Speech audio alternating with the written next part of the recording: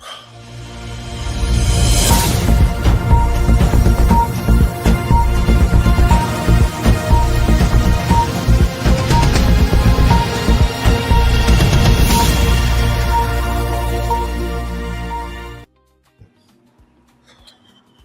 welcome back, family. How is everybody? Well, I'm sure everybody's doing well.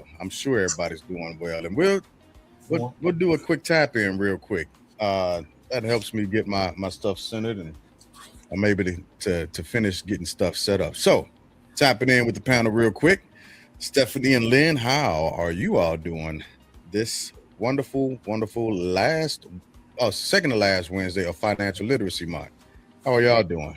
We are doing awesome. We're doing awesome. We had another first this week where we went to a conference, and it's called the Family Office. That's what it was, a family office conference, and we met a lot of great people. We got, just to let you know how it went, we were invited to come to Singapore and Rwanda.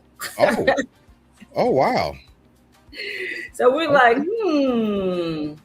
are we that cool? Absolutely, you are. So, are y'all gonna take any of those offers, or? So we're definitely looking into it. It was like, well, we must need to go because y'all want us. Yeah, both of them are later on in the year. Yeah. Okay. But this meeting was for families worth $100 million and up. Oh wow, nice. So they move different. Absolutely, they do. You know what? They do, but as we all know, they're still people. Mm-hmm. So they're just people you see every day. You know. I don't see people worth 100. You don't know. Yeah, you don't know. Yeah, you don't know. It's just like, him? And then it's like, and somebody that you think would be that, they're not. Natural enough. I think Richard was one of them, but he just be playing. No, Richard playing low key. Good. I'm if Richard had $100 million, he would not be on his podcast. Damn, that's too bad. So money would cause you to not support. I don't know about. I know about it. Hold on.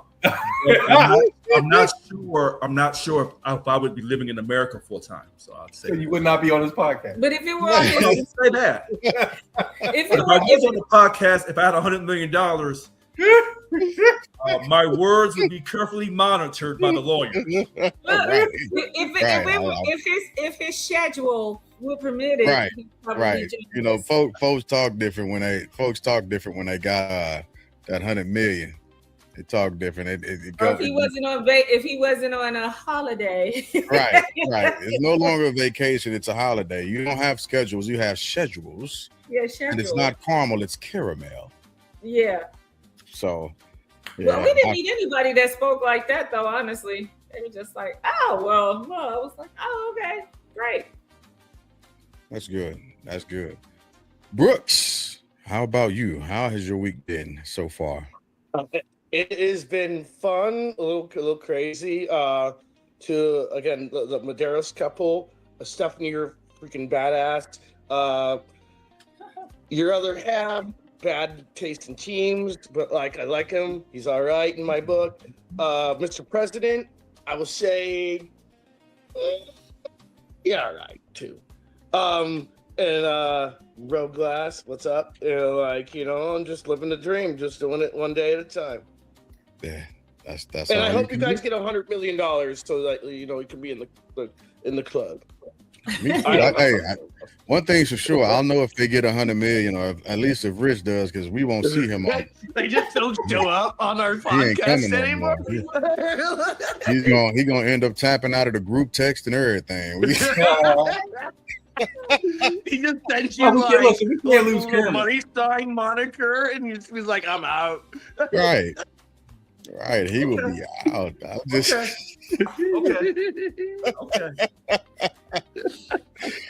So I'm glad everybody's doing well this evening. We've got we've got some interesting topics today, and I've been trying to figure out how to navigate this as best as possible.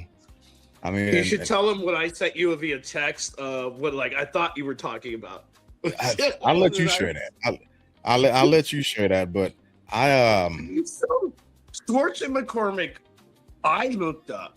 It's like a Canadian company, and McCormick owns Schwartz. So I was reading into it. I was doing it like all deep dive, and I was like, I said James, I'm like, you mean the Canadian company? And he's all like, no. It's like, oh damn. So Yeah, I'm like, I did like a good 2 hours worth of research too. He's all failed. we ain't doing nothing with no Canadian companies. I want them jokers No, coming this is to get different me. black women. Yeah. What was that? It was 2 different black women. Yep. Well, I didn't know. I thought because what he wrote to me was like Schwartz and McCormick. So I was like, oh, okay. So I looked up Schwartz and McCormick, and I was like, oh, Canadian company. So I just went deep into dive into it. No, right? Because he didn't make that clear in his title. Because I did not. Yeah. Because I didn't know what Schwartz was either, but I knew what McCormick was. So. You commented on Schwartz. You did. On Schwartz Yes, or I do. Swalwell? Yeah. Schwartz. You She's up there in Wait. the Kennedy tree. She up there stuck in the Kennedy tree. No, I remember commenting on Swalwell, Eric Swalwell, and on The black woman who is now in league. Oh, with I'm sorry. Kennedy, Yeah. I'm sorry. named Right. Schwartz. Yeah, you're right.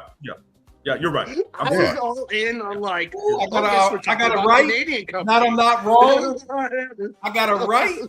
Oh, The answer is yes. Right now. The answer is yes to your question. We're off to a great start now.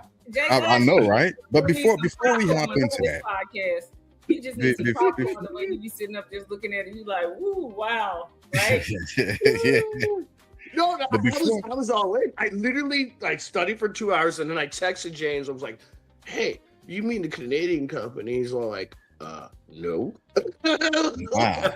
I got nothing to do with no Canadian company. And it's not Before the season.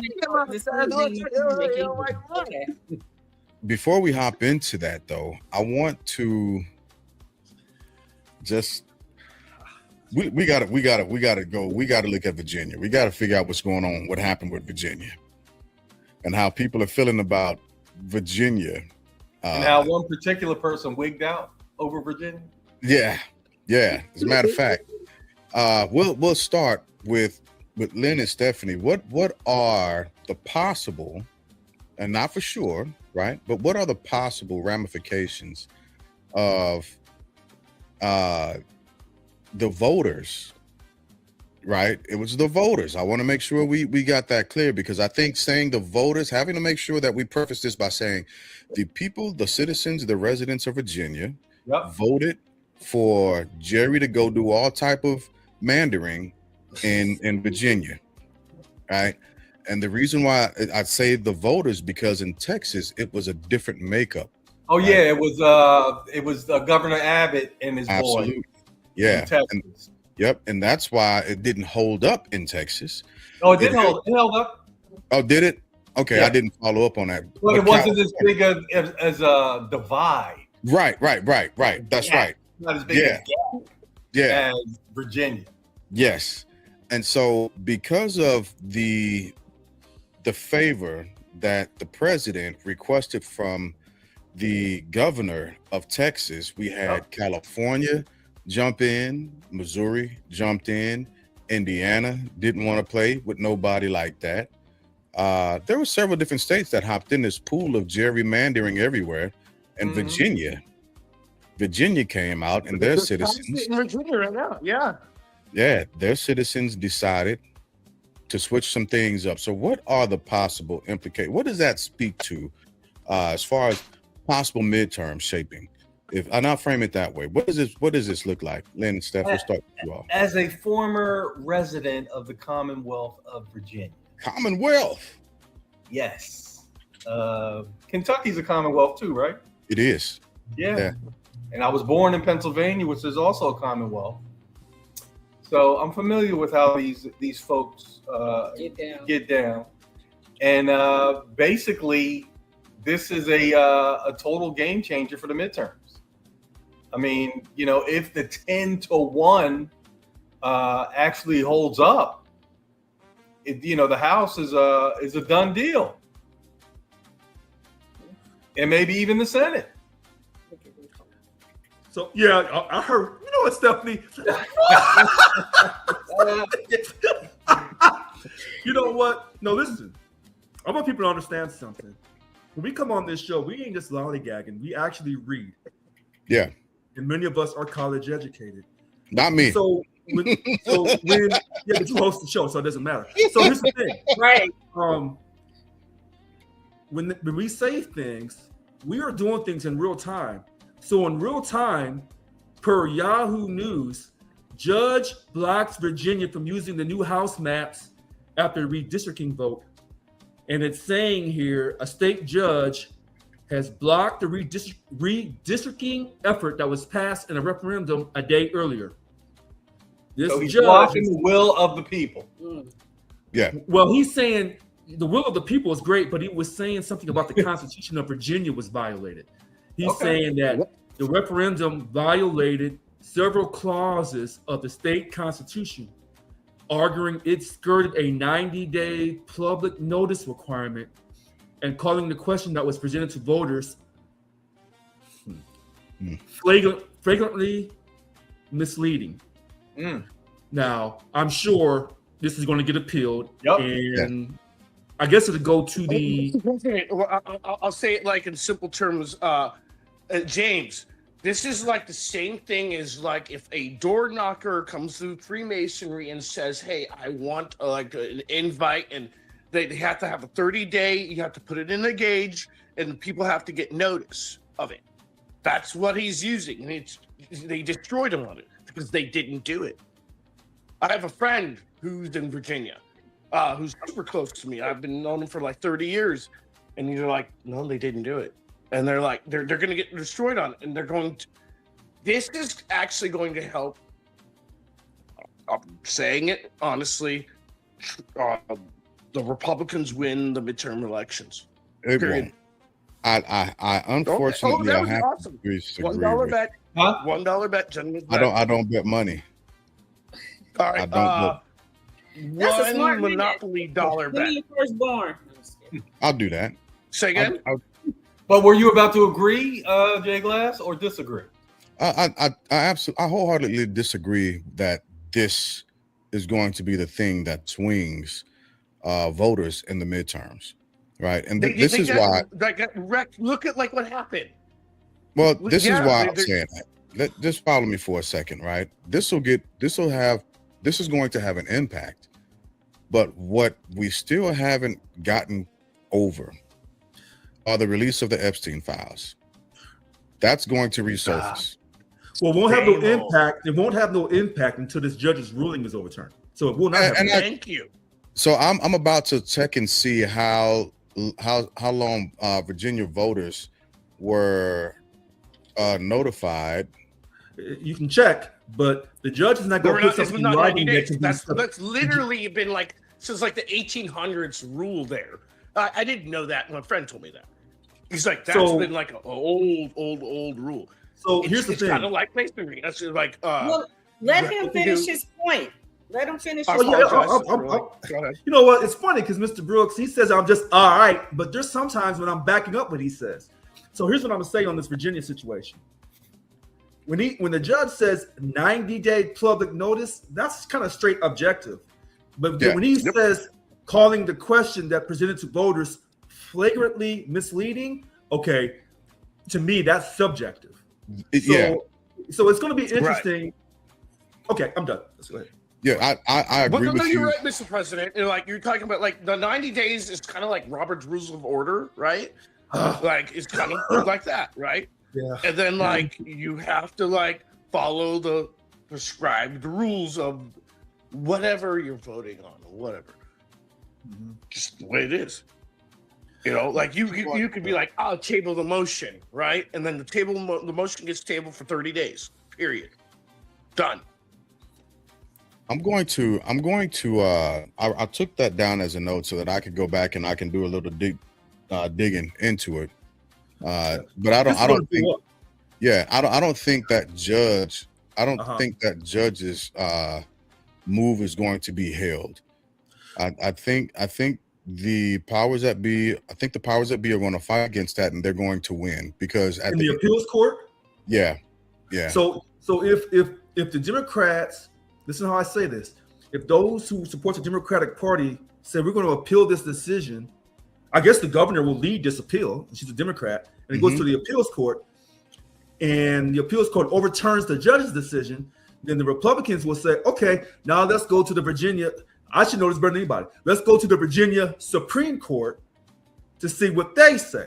Right. And then whoever loses in the Virginia Supreme Court, then the other side will say, well, this is a federal issue because this involves federal candidates. I think of President Trump right now. So now we have to expedite this emergency docket because this primary and general is coming so soon. This has to be an emergency issue. And now it has to go up to the United States Supreme Court that already said they're going to get crushed. Yeah, because I think they said either Texas or California. The U.S. Supreme Court already said Texas or California, I forgot which one, that what they did on their redistricting was okay because it's up to the states. So it was okay because the Constitution does not really specify what the states can do regarding their voting, other than every 10 years on a consensus. So 100%. This they're probably gonna get crushed. will go. They're done. Okay. Yeah. I don't agree with you all. I don't think the Republicans have enough bite in this fight. And the reason why I say it's an easy. What Trump did great. Well, hold on, because it's an easy thing to say we're going to have that. It's an easy thing to say. Well, there was public knowledge given longer than 6 months ago, 90 days ago, that we were going to have a vote on this, right? It just has to be public knowledge. The redistricting map has to be placed on the actual official website, and it has to be public knowledge, right? Now that's where they're going to end up getting into the litigation part, because if let's say, for instance, somebody says, well, yeah, I figured and I knew that the redistricting vote was going to come to Virginia because a year and some change ago, the president introduced this to the governor of Texas. Well, then that's a bit of a catch-all because now it is public knowledge, right? So it's going to become semantics that they play horribly with this, but I don't think the Republicans are going to make it out on top. Even if let's say the judge's order is stayed, right, and it's upheld, the voters will still go to the midterm elections with an even saltier taste in their mouth, and it's not going to work out for the Republicans. That's why these maps were drawn, and they're showing what they're showing. Well, yeah. So they'll be galvanized by the time it's time to go to the polls in November. You need things like this to get people to come out and vote.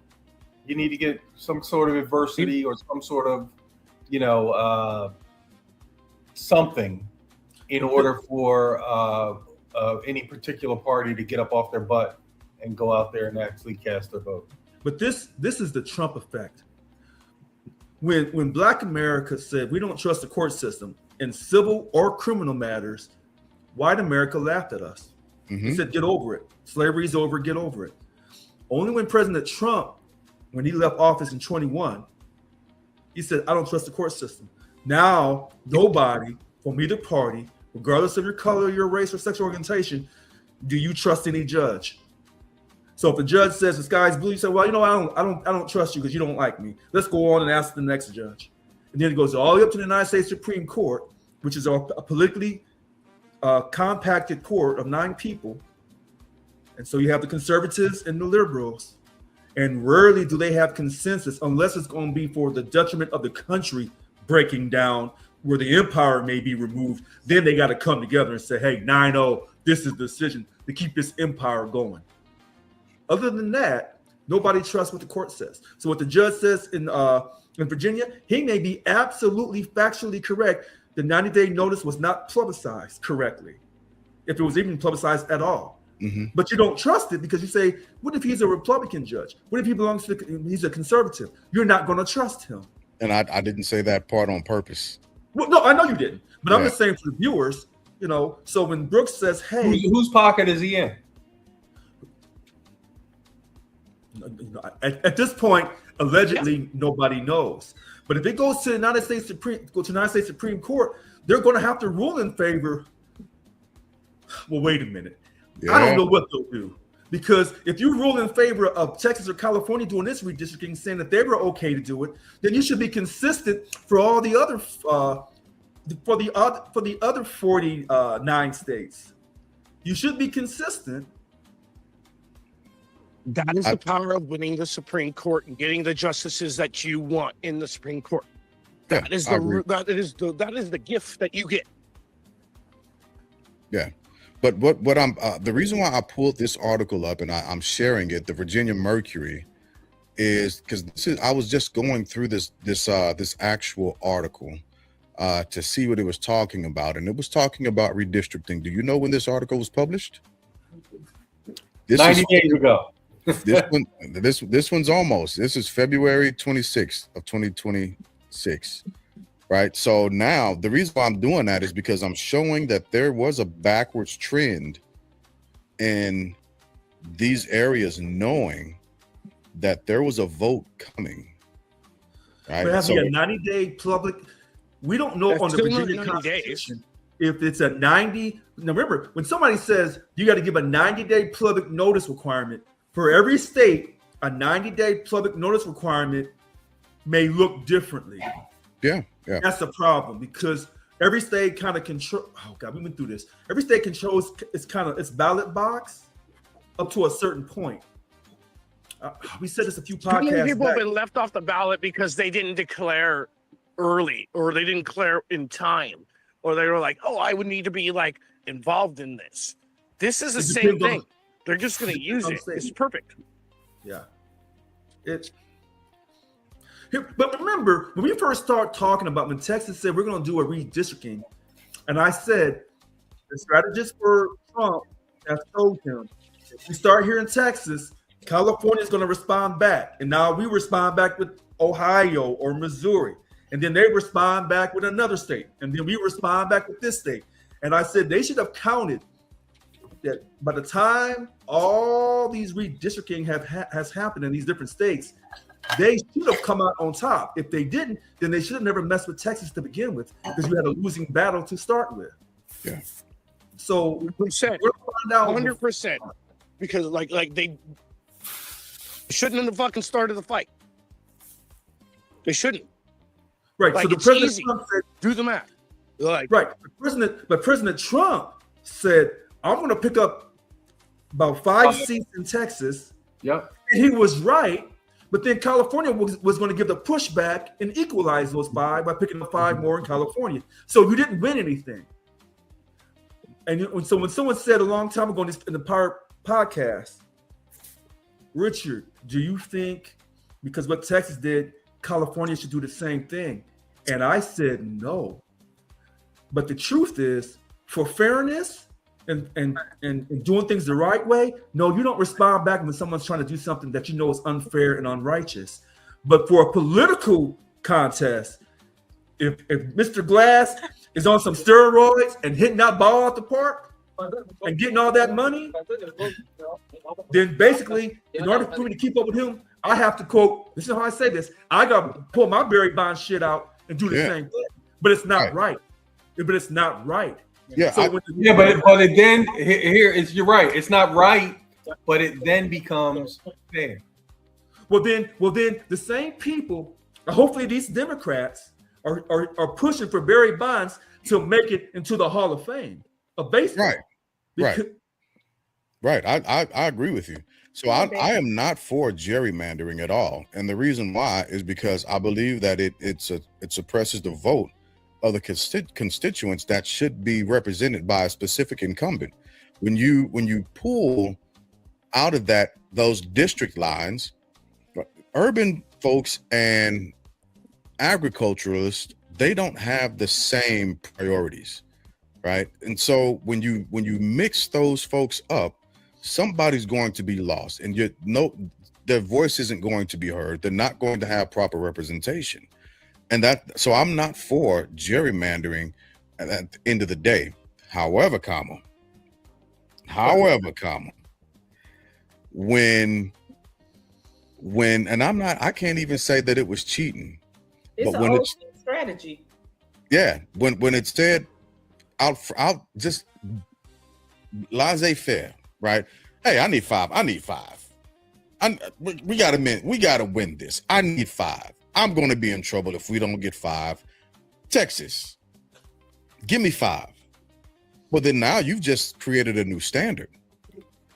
You've created a new standard, and you cannot become the victim of the standard that you created. That's such an American thing that happens. And I said that as a segue to, because this is where I really wanted to go with that. This is the statement of the president after he lost the redistricting aspect of it. He said, ask James, the Democrats started this. They did. Not this year. They started it. They did. No, not this year. Not this year. All right, so let's keep it here, because when you need a time machine to make your argument, you got a weak argument. Because we're gonna end up back talking about Lincoln and the Dixiecrats. I'm not even complaining about that, but like the Republicans did all retaliation of what they did. When really we got enough. No, I'm not complaining with that. I'm not complaining with it at all. Just keep it here. But you all know here who started it. Like, James just said he made a phone call because he needed 5 on it. It's like we're in Vegas or something at the table. Yeah, but you know what, Lynn? In Mr. Brooks' defense, you can't really talk about the present unless you examine the past. Because we as Black folks, we always examine the past and say, hey, we need our reparations of what y'all did to us. That's all I'm saying. Look, we can examine. They started it, and they started it so much so that like the Republicans were like, no, why should you do this? And then they freaking did it back to them, and now they're complaining. But Mr. Brooks, if you check the history, the history of gerrymandering, Mr. Brooks, if you check the real history of gerrymandering when it first happened, then we do have to go back to 1812 to that. I think he was the governor of Massachusetts. He wanted to change the lines, and he was part of the Democratic Republican Party.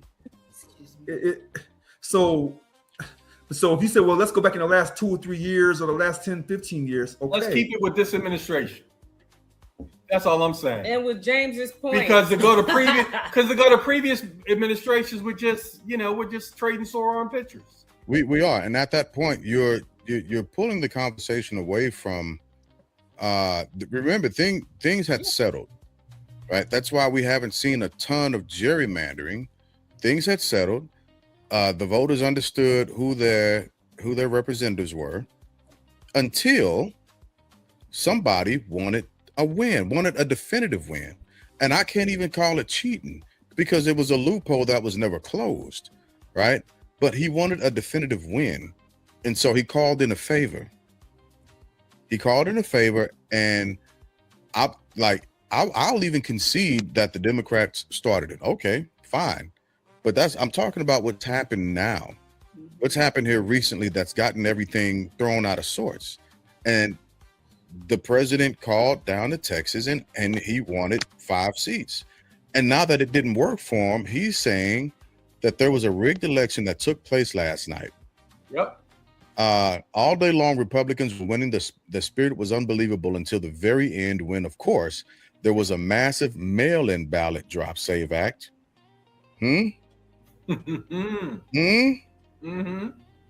U.S. investigators have never unearthed any evidence of widespread voter fraud, including the mail-in ballot system. I'm reading that from the BBC, right?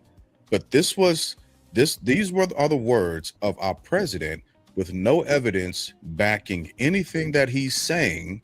And so it kind of goes back to what we were talking about last week. If you're the president when should people take you seriously, or should you always be considered the clown at the circus? The main attraction. And none of this is new. Remember during the election, he was like, "Oh, all this stuff is rigged. Everything is always rigged when it's not in his favor." So it's not new. Yeah. So that's his jam. That's his thing. That's what he does. Oh, and Patel's supposed to come out with proof this week. Oh my God. That the election was rigged. Which one? Which election? Which 2020. Was stolen. And Cash Patel is doing this because he's trying to keep his job. Yeah. Cash is running scared right now. Cash out. Cash is running scared. Listen, he's trying to be relevant.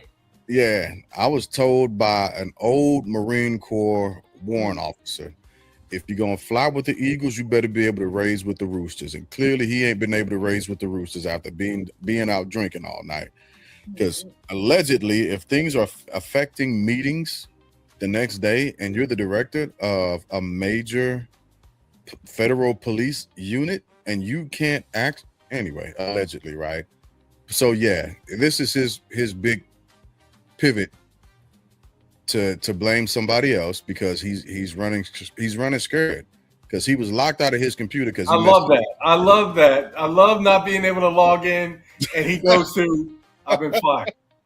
That's his go-to. Yeah.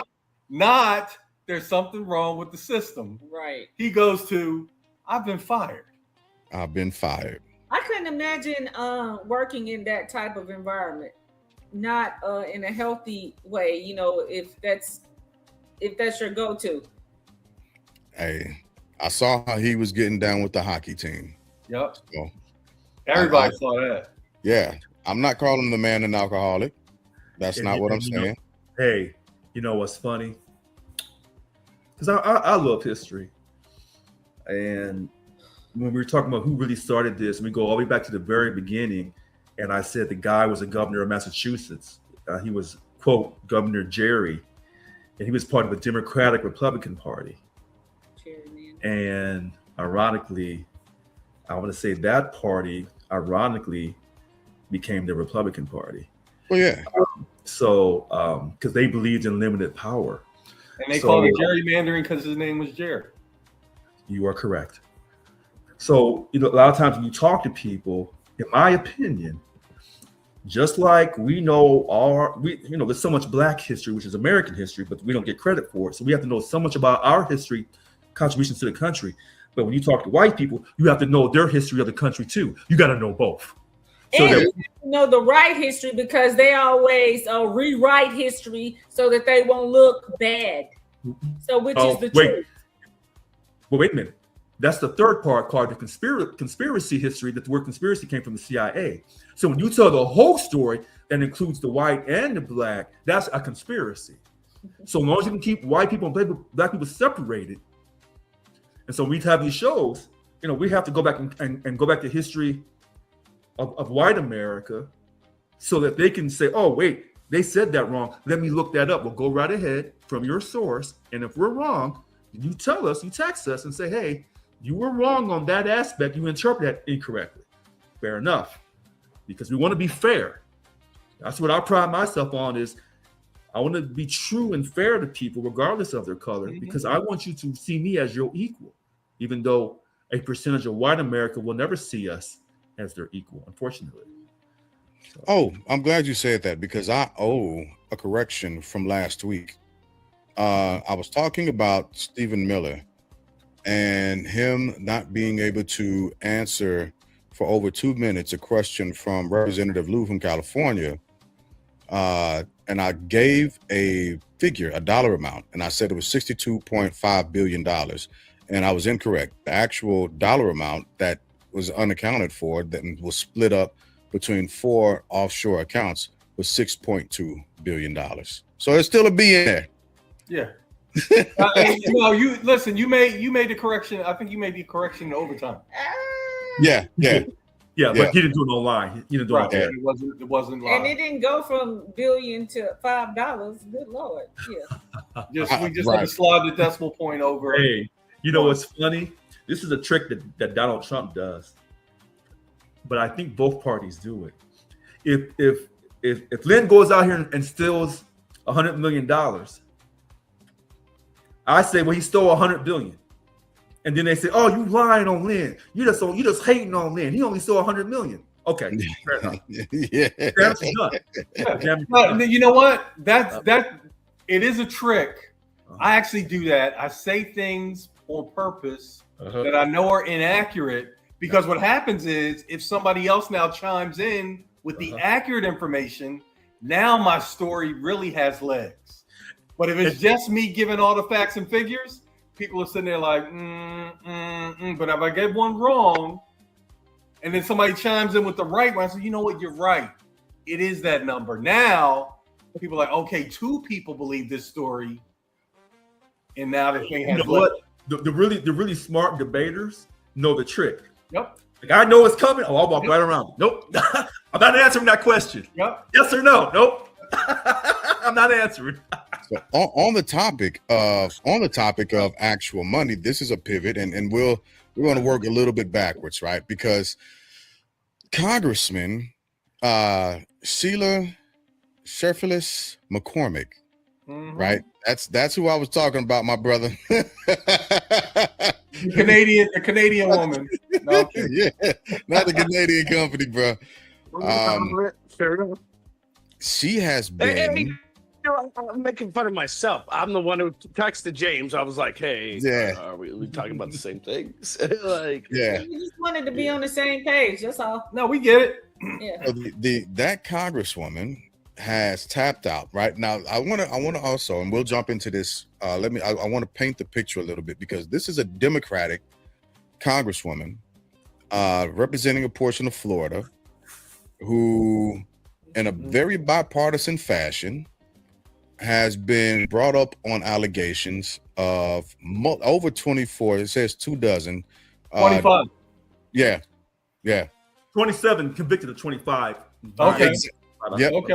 That's how it's going, right? And so she's tapped out. But the question that I have for the panel is $5 million, right? $5 million is the case that they gave her, plus a few other things. Why did the Democrats give her up?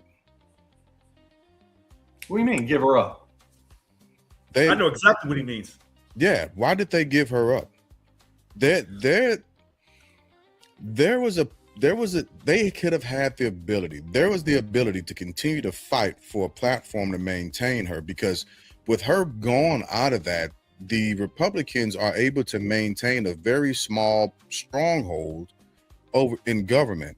So why didn't the Democrats at least strategically maintain ties with her to hang on at least to the midterms? I don't think she had a defensible position. Listen. The $5 million is a problem. Wait a minute. And it's FEMA. It's FEMA money. Yeah. Mr. Medeiros. Yes. I have a prepared statement. Okay. Okay. So are you her attorney tonight? Is that what you are? I'm just a brother out here defending Are sisters. you her attorney tonight? I'm just a brother out here defending sisters. Now hold on. Okay. Because when y'all get mad at me for defending Candace Owens, y'all be giving me the blues. Now here I am giving. Listen.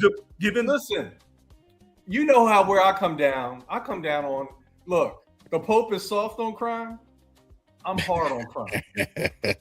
And hold on. And having been accused, listen to this.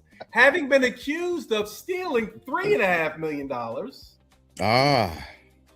I know. And you know what? And you know what saved me? Not a nickel of it. Not a nickel. So, as a person who believes in the equality of men and women, as a person who believes in other African Americans, whether they're conservative or Democrat, I have my statement. I, Richard Lewis Brown, simply cannot stand by and allow the due process of dignified, highly educated, beautiful African-American women to be trampled on, nor will I allow the good name of the African-American woman and her contributions to society ever be diminished. Now, I don't want to get loud. After careful reflection and prayer, I have concluded that in the best interest of African-American women and for women in general in America, I will defend former Representative Sheila Cheerfulness McCormick. Now, what I did was I took her 2 statements and then I put my 2 cents in on it. Now, she should still be in Congress because I know, well, hold on. If you're going to hold women accountable for allegedly doing something wrong financially at her age, and you had all these other men in Congress and both houses acting a damn fool. And they're falling like dominoes. She's the third one. On the regular. Yeah. Well, and they got another dude. What's his name? Corey Mills. So, but listen to how I say this, though. We want to treat women with the same respect, and I'm not a feminist, but we want to treat women with the same respect we treat men. Mm-hmm. When they ran Congressman Eric Swalwell out of office, saying all the sexual things that he allegedly did wrong, when you do a internet search, you'll see we have like 80 or 50 to 80 allegations of Congress members in the last few years, and only a few have left. Only a few. So you didn't go after all these other men, because these ain't women acting a fool. These are men acting a fool, and I'm not going to say that in every case when a man's accused of sexual misconduct that is correct. I'm not that person either. But what I want to see is consistency. So when I hear Congresswoman Nancy May say, we want to hold people accountable. Well, hold on a second. You want to hold people accountable, but you saw another woman, former Congresswoman Marjorie Taylor Greene, get run out of office with death threats. I didn't see you coming to her rescue. And when I defended Marjorie Taylor Greene, I got attacked. And she was a Republican white woman. Now I'm defending a black woman. So it appears that I'm defending women, but what I'm really defending is equality between men and women. I stopped there. So listen, I feel you. My thing is, when I looked at, and I've been following her story since it broke. Yeah. And when I look at the facts, I see a position that is indefensible. I'll give you a real quick example. Here we had a judge named P.K. George who just got run out of office for taking money from his campaign. It's almost comical. But his story was he lent his campaign money and then he paid himself back from the campaign. Now that should be an easy transaction. They had a whiteboard up there that had stars and stripes on it. That had so many lines on it. And I'm sitting here like, isn't that simple? I lend my campaign $48,000 and then I get my $48,000 back from the campain. That's like a two-way. That's a debit and credit. What's funny right? You can lend. That's just literally dumb and slower. Money. Hey, but it's a debit and it's a credit. Lynn. He got convicted, suspended, and now tossed because his lawyer couldn't put that transaction up there on a whiteboard. But you know what, Lynn? Yes. And I say this to Mr. Brooks too. The only reason why my black ass is not in jail, and I say that affectionately, because I funded all of my campaigns on my own. Because when you're running for political office, you better be Ross Perot and self-fund and don't take any money from any super PAC or anybody else that can be misconstrued. Because I'm gonna be honest with you, Lynn, I was gonna text you. When I start reading about the campaign election laws and all of that, I thought, I think I need a tax advisor and I need a political consultant and I need a finance person to tell me that if we get money from so-and-so for this PAC or for this situation, that we're not doing it incorrectly. Because if we are, you're gone. No, you do. You absolutely do. Well, then it's not as quite as This is why my heart. But it's still with this particular thing. I lend and I pay back. That's a debit and a credit. But in her case, allegedly, because she hasn't had her day in court, so we don't want to convict people in court. So allegedly, is she going to go to court? Huh? Is she going to go to court? Yeah, in the federal court, the federal Southern District in Florida. Yes, yeah. Okay. She's in case. My thing is, if FEMA really gave her company over $5 million, they should not have given her company allegedly. Then you think the company would have said, "Oh, this is a mistake. He gave us too much money. Let's give it back." Allegedly, but they didn't. Allegedly, she took the money and then she gave it to her family and friends and said, "Hey, donate this to my first campaign run for Congress." I think she is not the only person, and I'm not trying to say that justifies it, but I think when it comes to funding your campaign, if your campaign manager is your wife or your husband, they're going to do anything and everything to fund that campaign. And it may be in some cases legally wrong. And therefore, you should have someone else that is so strict on money. Right. Like if I gave you $100 then and say, "Hey, I got to come back 6 months to get my $100. I don't go back to Lynn in 6 months. You say, "Well, hey man, look, Stephanie had to have her hair and nails done, and shit, I had to do what I had to do. I'm gonna get you this $100 back to you in a couple more months." No, Lynn's gonna say, "Oh, here's $100. Oh, but I want you to pay this life insurance policy. So let's talk about that first." But some people, when you give them money, they'll have every excuse to not give you the money back. So when you find someone you can trust on money and they're going to advise you correctly and not steal your money, you hold on to that person like you hold on to your mother, because you'll never get another person like that. In her case, she's trying to do all these incredible things. Go ahead, Mr. Brooks. Go ahead. No, that's so true. I 100%. Yeah, so she's trying to do all these incredible things as a woman, a black woman. They claim she's a Haitian descendant or from Haiti. So she has all this pressure to win. She aligns herself with the Democrats because black women have been telling me for the last 5 to 10 years that the Democratic Party is their party. Now, that's what black women have been telling me, that the Democratic Party is their party. So she's doing all this work, married to a lawyer. You think he would have her back to make sure everything's on the up and up. So I don't think she intentionally tried to defraud anybody. So the $5 million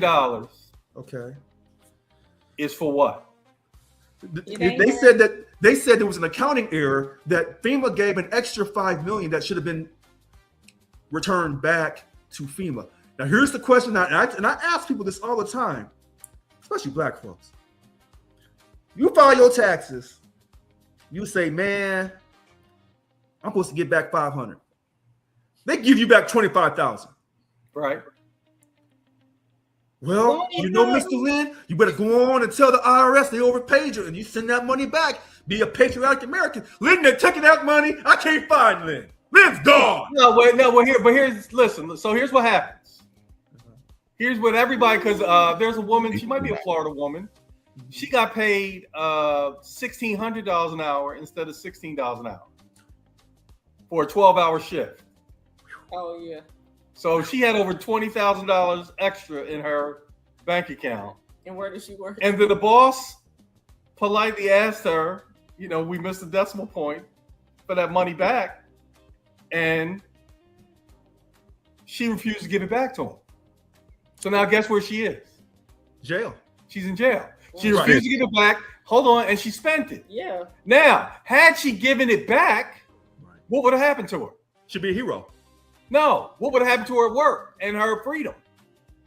She would still have her job. Yeah. She would have her job. And she wouldn't be in jail. I can give you an example. I had a guy that worked for me. When the check arrived, instead of typing in the amount of the investment, whoever typed in the date. Oh no! It was June something, so it ended up being $6 million. Oh my God! So he got a commission check for $175,000. Oh my God! He rolled into my office. I said, "Well, Ben, where we going?" And he was like, "I don't want this." So they sucked it back. It was a direct deposit. So they sucked it back out of his account and everything was fine. But because it was a clerical error at the investment house. So wait a minute, listen to this. And this has nothing to do with race. Whether she was white, black, Republican, or Democrat, when you're running for office and you got 100 million people coming at you, telling you what to do, how to dress, blah, blah, blah, and you're trying to be on point so you can meet your donors where they're at, you're not watching all the financial statements. Richard, I do not believe that she intentionally. Richard, if you're missing $5 million, you should not be in office. Wait a minute. That's my belief. No. That's when what the I money, believe. hold on. When the money came to that company, her family's company, she wasn't in. I do not believe she was in charge of that financial account. So allegedly, because I'm saying this is all alleged because she hasn't been convicted in court yet. They said that she took the money and gave it to her family and friends and said, "Hey, give it back to my campaign." Now those are allegations.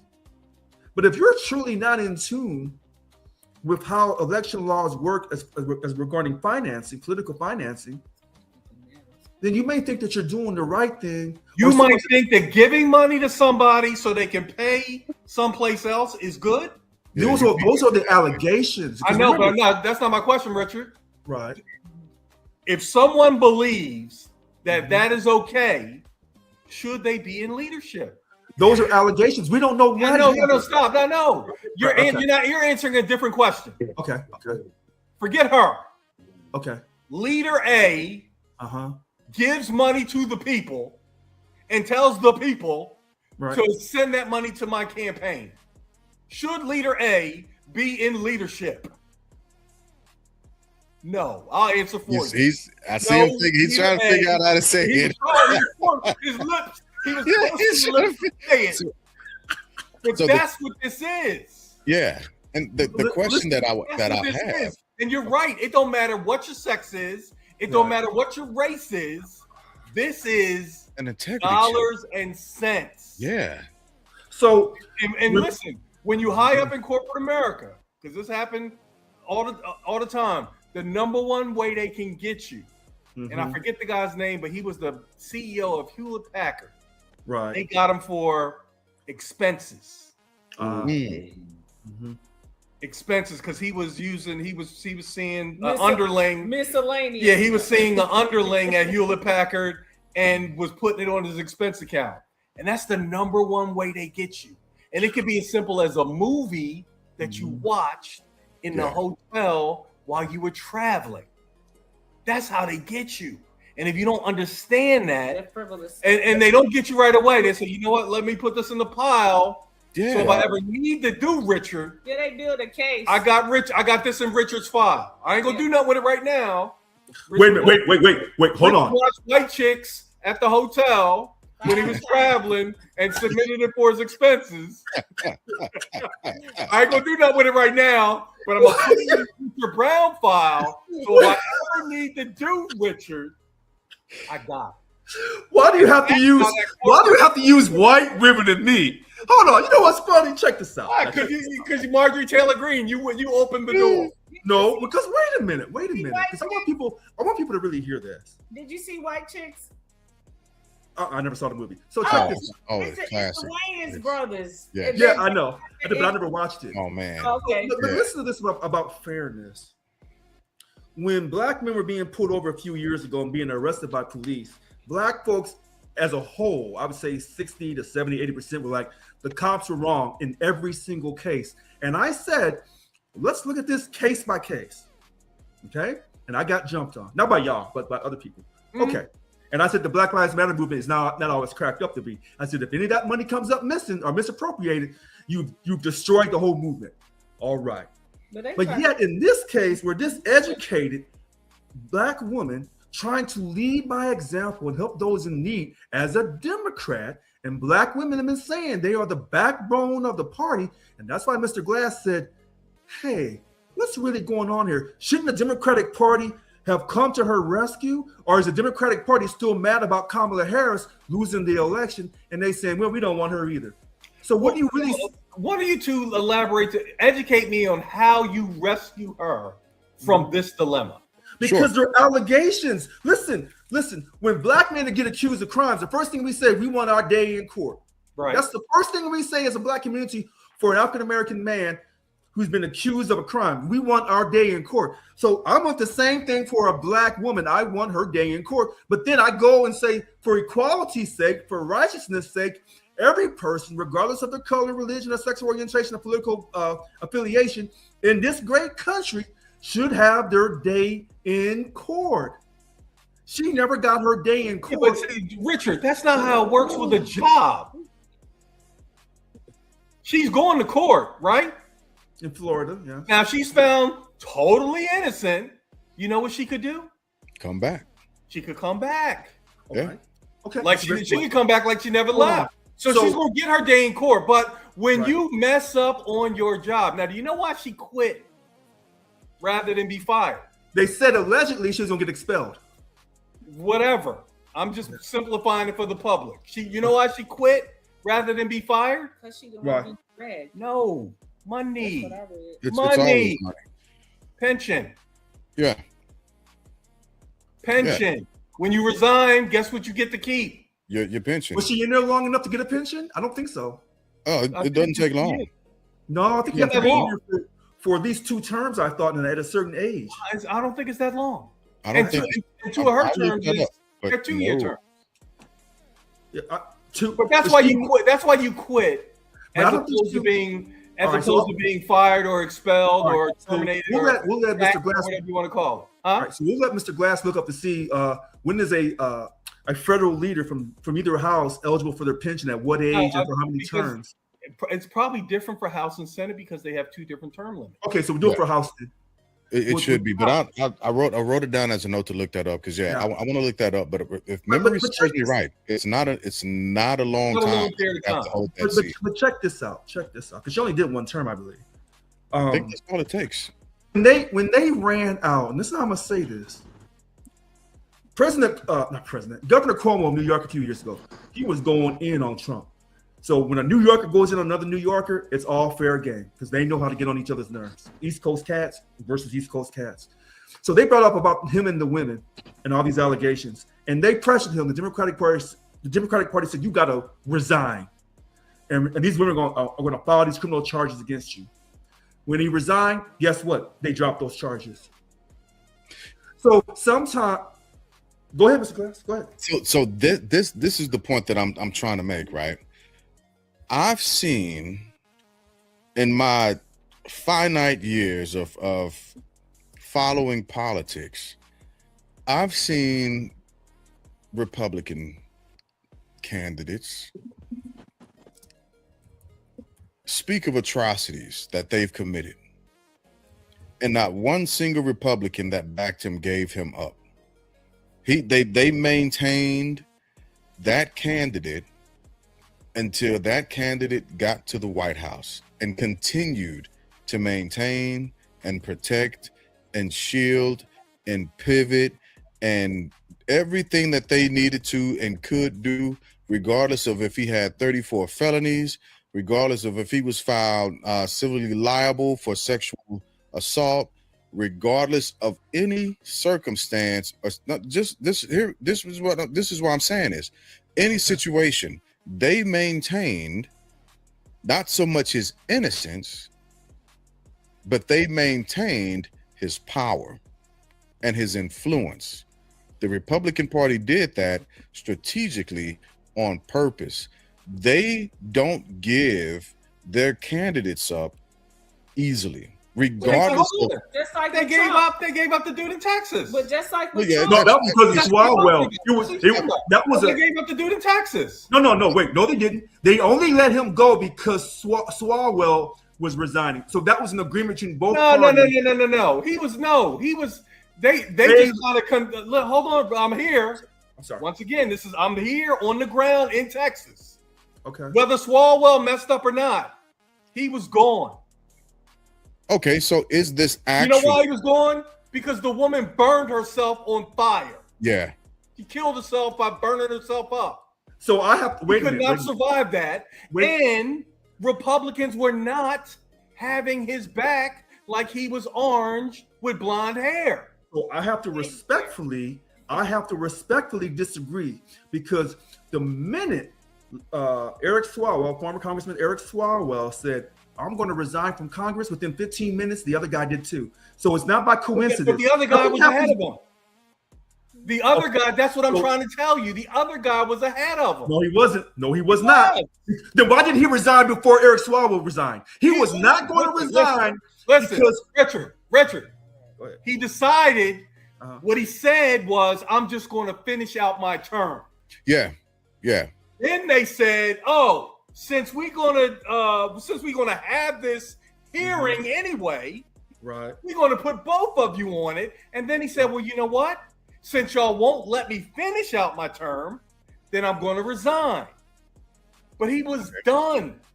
He was finished. So all he was going to do was just serve out to December. He was going to ride it out and collecting checks. Yeah, he was a lame duck politician.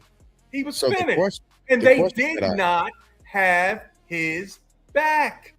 So the question that I have, because it depends on the crime. Listen, I'm not going to argue that. What I'm simply going to say is, even though you say he was a lame duck, he was going to finish out his term. Why didn't he finish out his term? Because they were going to run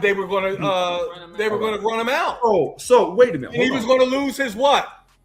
His pension. Okay, no. Hold on. He was going to lose his pension. Okay. So check this out. Check this out. Because we talking. So we're gonna talk a little bit. So when I looked up really quick, if I'm looking this up correctly,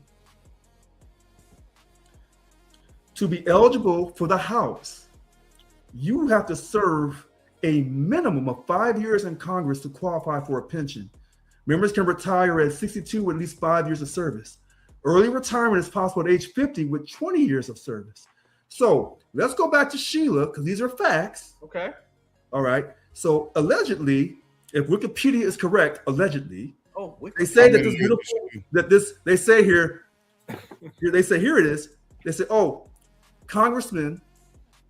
So that's Senator McCormick is this beautiful congressman is age 47, and she went into office on January 18th, 2022, and she left office April 21st.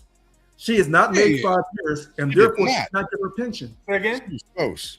And therefore, she did not get her pension because she was only in office 4 years. Yeah, she hit 4. She should have rolled it out. She did not get her pension. Okay, all right. So, Richard, that's not a big deal. That's not a big deal. All right, but see, listen. Okay. If she is able to somehow come back,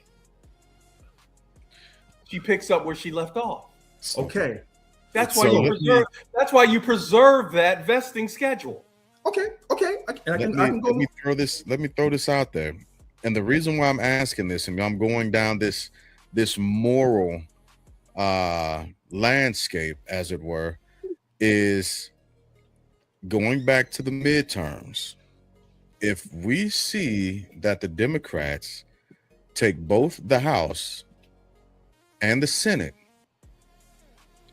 is this a case that they can begin to build to push moral sanity towards impeachment? Yes. Another impeachment. Impeachment of who? Because remember, the president. Impeach Trump again. But I said this over. I'm sorry, Stephanie. Go ahead. No, I was just saying another impeachment. Yeah, look, you want him out? Sure. Then that's what you got to do. But wait, that's what you got to do. But I said this over a year ago. I said, if the Democrats, if they can take the House, and this impeachment will not take no 6 months to no year. That thing's gonna be done within 90 days. So that would be, I guess, his third impeachment from the House. Because remember, when they went after Cesar Chavez, I said, that's not who they want to go after. Then they went after Eric Swalwell. That's not who they want to go after. Who's your they? Who's your they with Cesar? The Democratic Party. They went after him because the Republicans didn't care about Cesar Chavez. The Democratic Party went after one of their Latino favorites from years ago.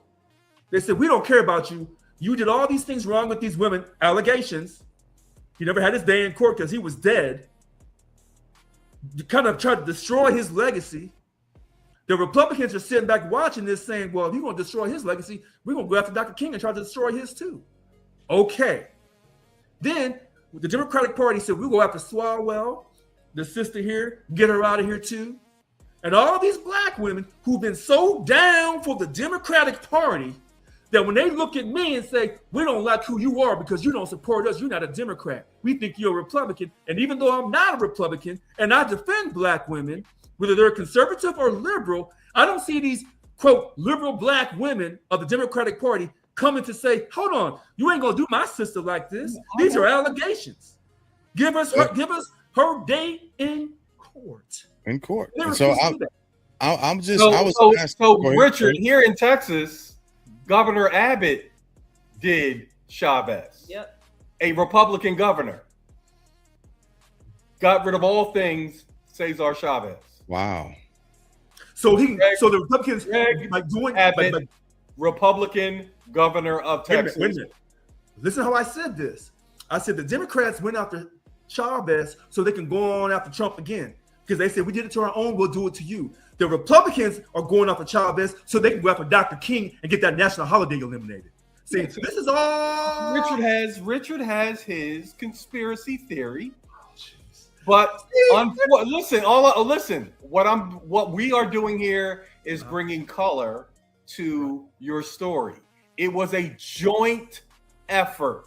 Both Republicans and Democrats decided. Oh my God! Again, for good cause, to not put any more money or energy or sell a celebration towards someone who was found to be guilty of sexual atrocities. Who? I'm Cesar glad. Chavez? You never had his day in court. Huh? You don't Cesar need a day in court. Huh? You don't need a day in court.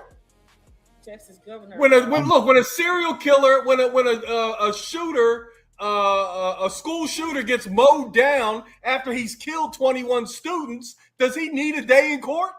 So does he? Mr. Brooks. Oh, Mr. Brooks. I have a question on the table. Does the school shooter, does the Sandy Hook guy,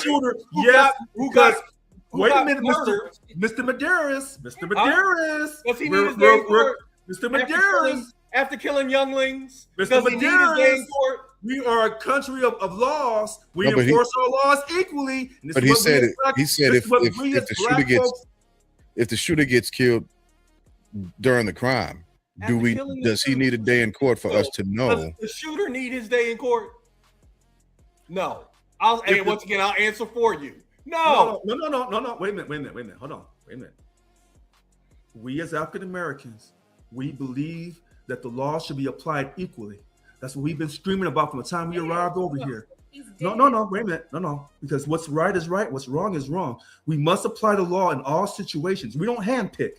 Because when we start handpicking who gets what, our black asses get left out. What do you do when the person is dead and can't have their day in court? Okay, in that situation, he doesn't go down as a convicted killer. By popular opinion, they may say he was a serial killer, but he was not legally convicted. Okay, so but guess what? Mm-hmm. Who cares about the C word in that instance? Okay. Because the truth is what? Okay. He killed 20 some odd students and teachers, and now he's dead. That's the truth. So what you're doing, Mr. Medeiros. Do I care if he was convicted or not? Mr. Medeiros, what you're doing is you're going from what's reasonable to what is the law, and sometimes they both don't coincide. Okay, that's fine. That's fine. All right, but guess what? So if Cesar Chavez is dead, but it has still been found. No, it wasn't found because it was never beyond the court. No. Beyond all doubt. Oh, listen, Mr. Brooks. Richard, this comes down to what we believe. Mr. Brooks. Listen. I believe he did the shit. Okay, that's your belief. But when I'm in love with the word allegedly, and that's your business. No. Because I'm not here to change you, Richard. Hey, Mr. Brooks. Is he there? Yes, sir. Come on, Richard. Well, there you are. I was wondering if you was going to tap in there, Brooks. Check this out, Mr. Brooks. I'm listening right now. I want Mr. Brooks to understand that on this panel, there is somebody who believes in equality. when you and I were agreeing we have to secure our border, some people on this panel were looking at me sideways. Ooh. But now when I'm defending, who's looking sideways about securing the border? Deflecting. Okay. Okay. Go ahead. Listen, I'm the one who had to give a border lesson that when you walk through the border, you are. I was legal. looking at it like this: if you're legal, if Is that your tag team partner? Caesar Chavez, no, wait. If Caesar Chavez just did this, then great. Well, like, I would look at like where are the children, and if they're his children, then okay, then you know the story is true. If it's not, then you have to like be like, okay, be open, be like, okay, maybe this is not true, and the person just said stuff. I don't know. I believe in like finding out the truth. The simple factor of that. What's so funny to me? Make the allegation, and you can't make the allegation, and then you just don't like search for the kids. You can't, because otherwise, like then you can. No, making an allegation is so. That means you can say anything about me or you, and like. And it's not true, and like you're just like whatever. It's like the allegation, you just ruin somebody's life. Oh wow, we wouldn't want to ruin a dead man's life, would we? Oh no! I mean, like you have to like find out the truth. Yeah, you know what's funny about this? Richard brings up fairness. You know how many people have to accuse me of sexual assault? For SWAT to come pounding down the door right now. You know how many accusations I need? One. Not 34. Not look, not 60 like Cosby. One. You on mute, Rich. You on mute. Now where's the fairness in that? Disagreeing. Where's the fairness in that? Can you hear me? Yeah. So like a person Cesar Chavez has died what 30 years ago? I'm not sure the specific date. So you have to be like, hey, you have to like find out if what this lady is saying is true. It's not just one lady. The matter of fact, actually, it's important that you do because then you can be like, oh, okay, yeah, she's telling the truth, and whether she did it for the reasons that she said it or not, or she has the 2 kids that she said she did. Then you can be like, oh, all right, fuck this guy. I'm out, right? Well, like, take all the statues down. But, you gotta at least, like, do your due diligence. Well, Richard, the due diligence was done. I mean, Brooks, the due diligence was done, and people concluded that we have enough evidence to reach this conclusion. So but listen to this, and I want people who watch this show to understand something.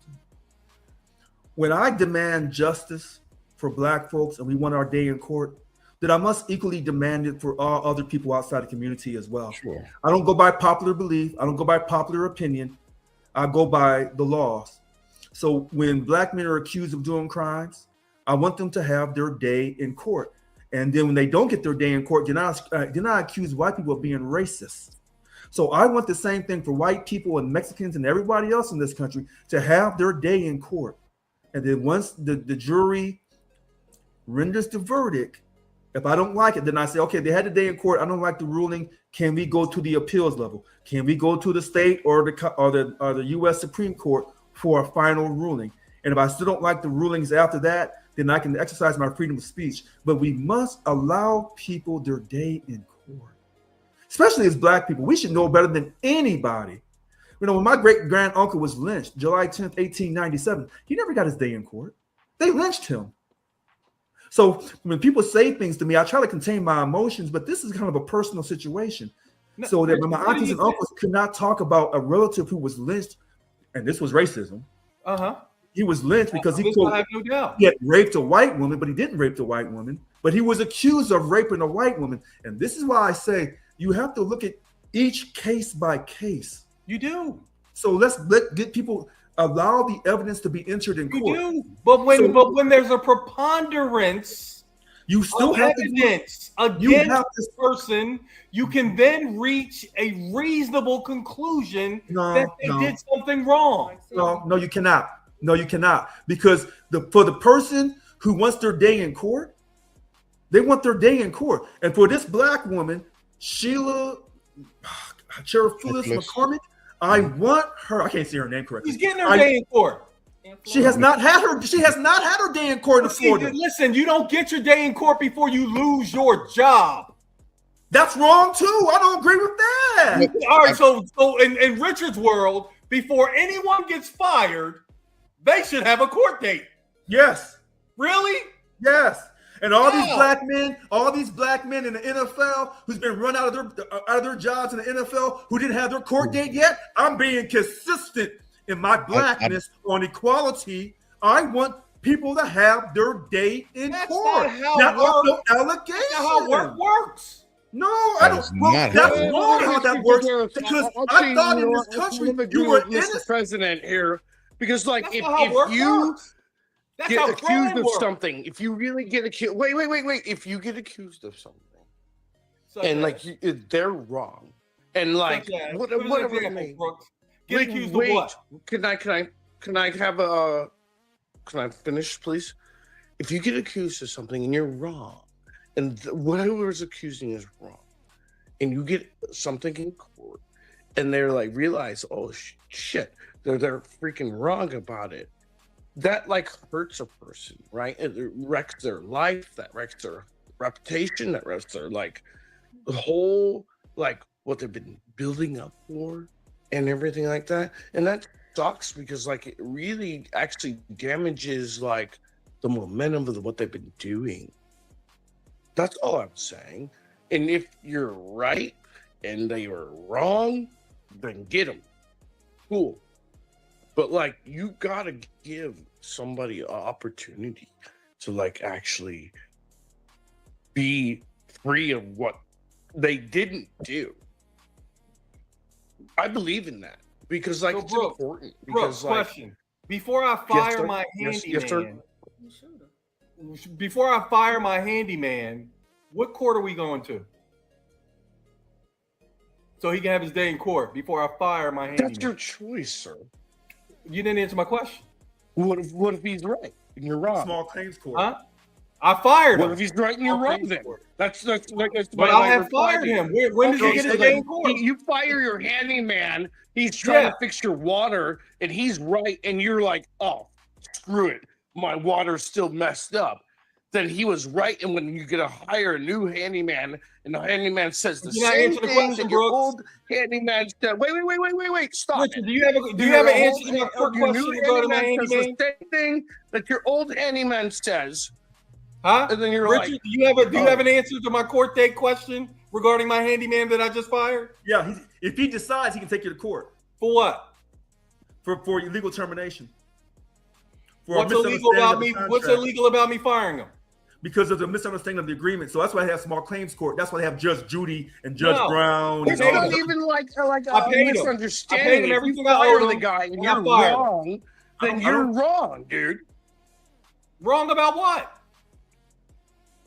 If you fire your handyman, quote unquote, this is the use case we're talking about, and you're freaking wrong, dude, and you got a new handyman, and he says the same thing as your old handyman says. Wrong about what?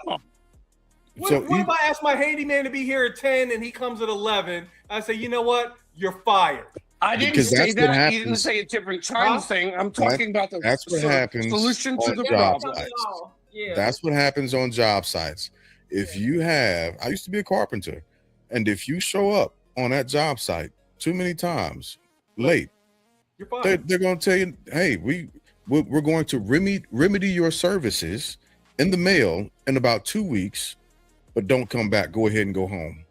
And what happens if you come back to that job site? Anybody showing up late. I'm talking about somebody showing up on time. They can actually diagnoses the situation. You are consistently not answering the question that was asked. And keep adding on. I said the brother was an hour late, and I fired him. If he was late, well, then he's violated the terms of the agreement. Fine. You know, where's the day in court? Hold hold on. His day is court if he decides to go to court and take you to court. That's his day in court. So yeah, you may have already fired him, but if he decides, hey, I got fired wrongly because of a misunderstanding of the agreement through text message or No, written you contract. were late. There's no misunderstanding. Hold on. In that particular wait. See, my stepdad, we had when I was living with him for like a year, he had a painter to come in, and we used to always laugh because if you said you were Christian, he'd just hire you, but that's all you had to say, right? And a job that was supposed to take a week ended up taking like 2 months, and it was never finished because he ended up firing the guy. He would come over late all the time. He would eat out of our refrigerator. Oh, he was at home. Oh yeah, look, and he, and his grandmother died like 10 times, and he was about 60. He was 60 something. We was like, dang, So after a while, because my stepdad was like, I'm gonna keep giving him another chance. He, was down on his luck and all this kind of stuff. After a while, he just came strong. He was like, you know what? This is not working. I spent more money on groceries. Linda Stephanie, who actually badass people, by the way. Excuse me. Early is on time. Hold on time is on, Brooks. Hold on, Brooks. Let her finish. Thank you. He could take him to small claims court if he wanted to, but he wouldn't even have the money because he was waiting to get paid again. He was clocking in. Right. So, I mean, you can go to small claims court if you want to, but if you fire someone for whatever reason, that's your prerogative, and you can take them to small claims court, but good luck with that. We're talking about negligence here. And like when he was talking about with the Sandy Hook or any type of shootings like that, when you have the suspect at hand, yeah, if they are alive, they deserve their day in court. They will get their day in court. But if they are dead, then there is no day in court. Richard, right. They might even get a Whopper from Burger King. Right. Dylan did. If you kill the right 9 black people at church, might even get a Whopper at Burger King. But this goes back to this beautiful black woman who resigned from Congress over allegations. We as African Americans should be super sensitive to allegations of misconduct aimed at other black people, because it should be a case by case. It should be a case by case situation, because historically, African Americans have been accused of crimes they did not do and never got their day in court. They were lynched. Not just my great grand uncle; they were lynched. Mm-hmm. So that's why I feel so emotionally attached. But if I take away my emotions from this issue and just look at it by the laws of the country, every person should have their day in court regarding criminal matters. Civil is a different situation. But criminal matters, you should have your day in court to defend yourself. Have a day in court. I look at it like, you know what? Like, if I'm accused of something and I didn't do it, I should have my day in court and I'll be able to prove it, right? Dude, I would say it to you, Mr. President, and Mr. Glass and Miss lady and Mr. Maderos. I would say, like, even in Lodge, like, when you get accused of something you didn't do, it almost makes you want to fucking do it. Like you're I'm a bit more disciplined than that. I'm saying it right. Maybe I've been saying it wrong, but like, I'm a bit more disciplined than that. So yeah, you know what I mean? This is the point that I wanted to make. But this is the point that I wanted to make, and Lynn actually said it. Wait, can I finish, sir? Yeah. Go ahead. So when I'm like, oh my God, guys, I didn't do this. Matter of fact, it makes me want to do it now. And I'm like, oh hell, like you want to talk about villainless, like oh yeah, now you want like villainly, oh hell yeah, I'm in. Then you see what you're focused on, what you're supposed to do, what you're trying to help, and what you're trying to build, and then you're like, okay, you know what, I got to do it right. Yes, I want to do this because they accused me of doing this, even though I didn't do it. But when you don't do it and you look forward through the situation and you like look past it and you do better, it changes things. And it can. And a lot of people might say like, "Hey, you know what? We're wow, you know what? We see that you didn't do it." And then they're like, "Oh, our bad." And yeah, it takes time to like fix it, right? It just takes time to fix the like accusing, like, "Oh, you did this." But let me throw this out here, right? The reason why I was saying this, Lynn hit the nail on the head, and then we drove past it, but we gotta rewind it because again, this is a political atmosphere, and they don't do anything they don't do anything without personal gain from it. There's a projection that they're having. What you said is something that is beginning to become a recurring theme, and we should actually be somewhat concerned about it. And that's that the Republicans and the Democrats are both working together with getting people out of office based off of what we can consider some form of moral turpitude, right? There's a moral issue that they're trying to weed them out of. And that's a scary thing, because now, remember, the American public has a very short memory. They're going to forget about all the other crap that's been done, and they're going to look back and say, "Oh, well, no, because remember they reached across the aisle, and then they removed Congresswoman McCormick, they got rid of Schwartz, they got rid of this person, that person, and they did it in a bipartisan manner." Wait, not quite, because Mills is still there. But for now, Mills is still there. Yeah, that's why I said for now. Mills is next.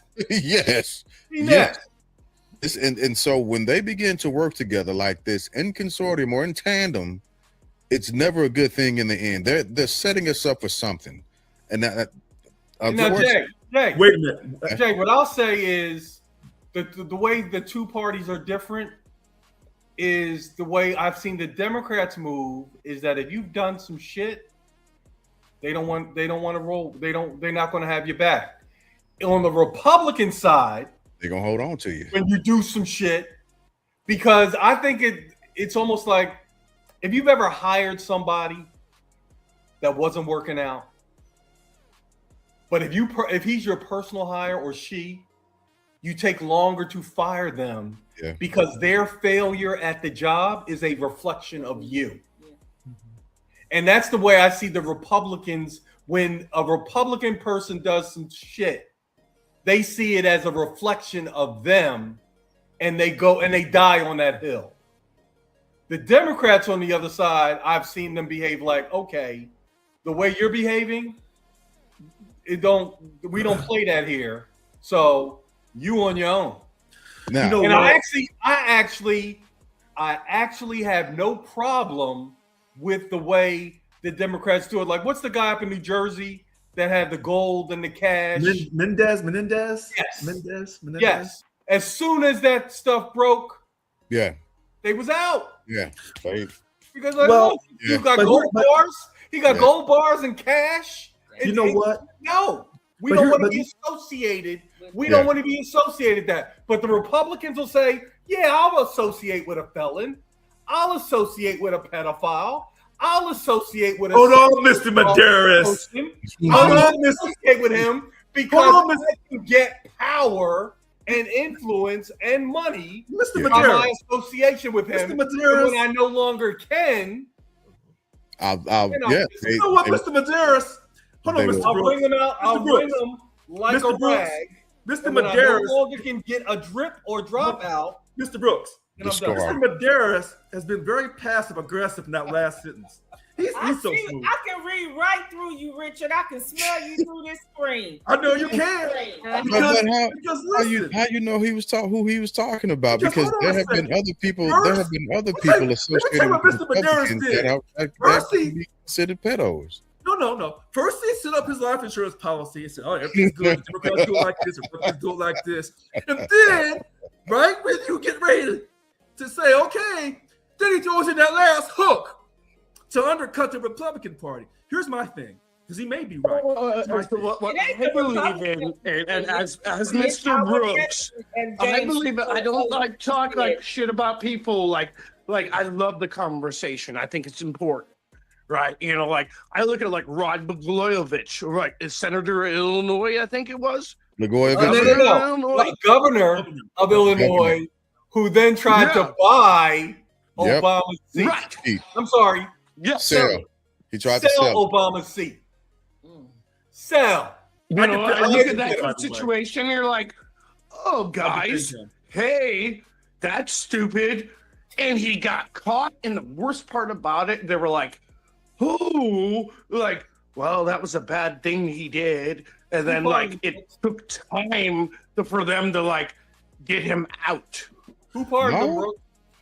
Donald Trump did. They But you know what? Here's the funny thing.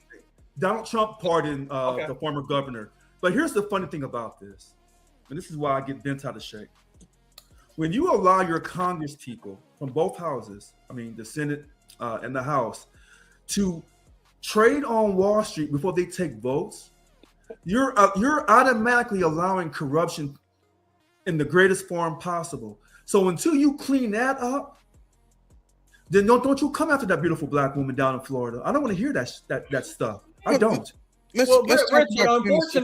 Unfortunately, they're done with her. Okay. Yeah. So the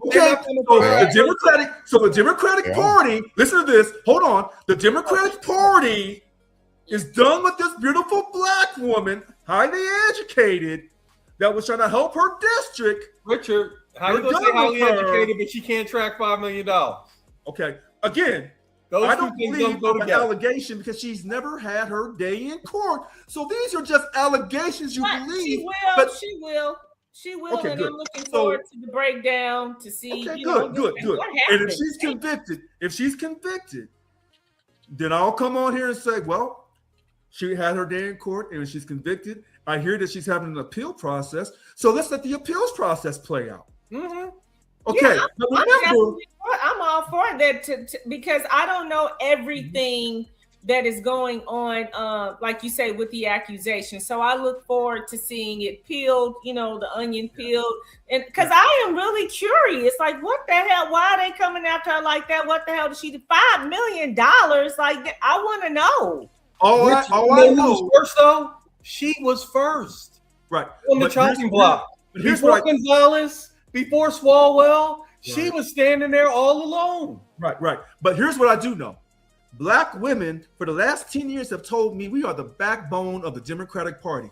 They've got me convinced. Now, they couldn't prove it factually, but they had me convinced. They had me believing in the power of the black woman. Okay, fair enough.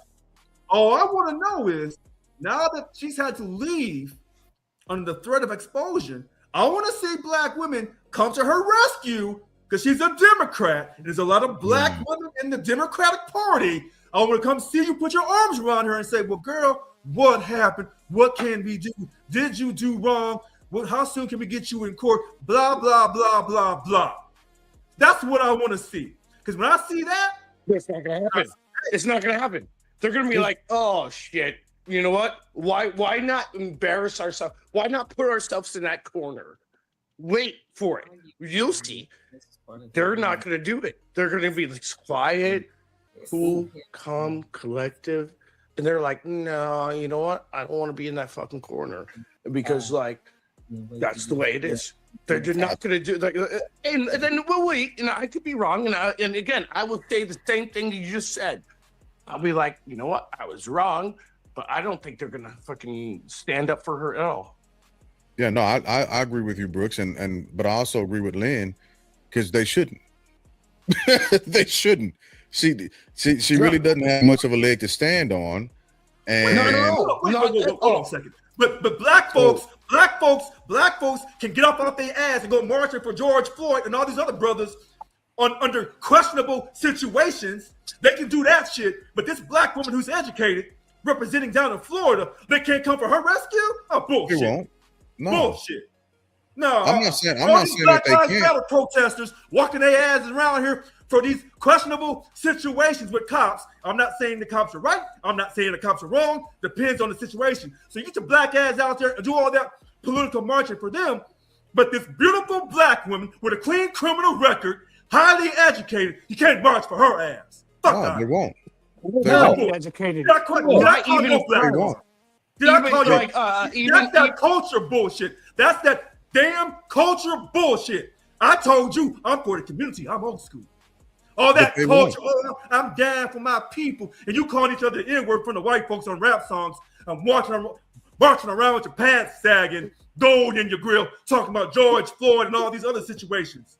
But this beautiful black woman we that's under attack in Congress, I don't say the N-word, but like, even like I will not one say the N-word, and two, as highly educated as I am, and I am, like I have 3 degrees. 3. I kicked ass to get to here where I am. But I'm telling you right now, this young lady, as much as like she can do all the things that like you say she can do, and hopefully that people will like have her back, it's not going to be true because they're going to want to protect themselves first. Period. I don't want to hear no black women tell me they're the backbone of the Democratic Party. I don't want to hear that shit ever again. Well, no, you're going to have a problem because the votes are what they're talking about. Those are the people that end up voting.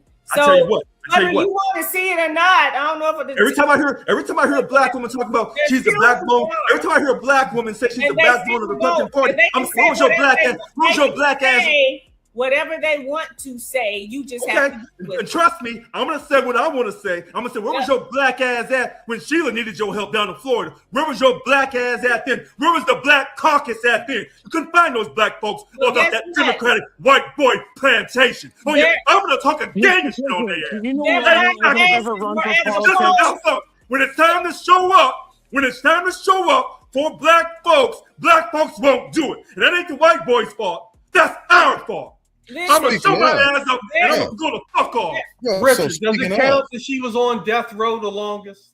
And listen to this. Hold on, let me hear. Let me finish saying what I was trying to say during the rant. Right. Those black women were there to vote her into office. True. I didn't do that for an applause, but that's where the backbone part comes from. No. When I now that she's accused of something, right? Because she'll have her day in court, right? Then, if she is found, if she's found innocent, that's one thing. If she is found guilty, like Jay Glass said, they shouldn't support her. But if she's found innocent, then that's another thing. But also, to get her to where she is right now, that didn't have anything to do with the backbone of the Democratic Party. And you know what? I tell you what, because I know you're right. You represent a large percentage of black women who are voters. But here's the funny thing. Since that is your mindset, when I see black women join the Republican Party, don't say shit to them. Because at the end of the day, when it comes down to it, you're on your own in black America. It doesn't matter what party you belong to, you are on your own when your ass get in trouble. My thing is this. These are allegations. I support this black woman, and I don't support the Democratic Party, but I support my own. Okay? Now, she goes to court, gets found guilty. You know what I'm going to say? Well, let's see if she does her appeals, and I wish she hadn't have done that, but I still love her, and I still respect her. Richard, I am not going to go against her. Richard, what does it mean that she was on death row the longest? I don't know. You tell me. She's been on death row since last year. Okay. The other two dudes, they hit death row this year. Okay. So who do you think supported her that got her on death row the longest person on there? Listen, and you may be, I don't know, but I don't know. Guess. I don't know because the Black Caucus never came out to defend her. How do you know?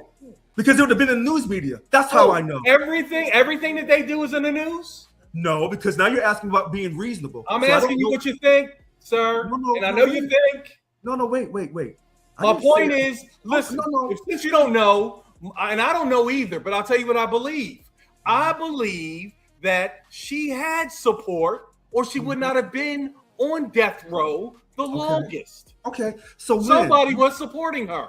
Then what happened was you had a situation with Gonzalez and a situation with the most coveted governor spot in the United States, your state, California.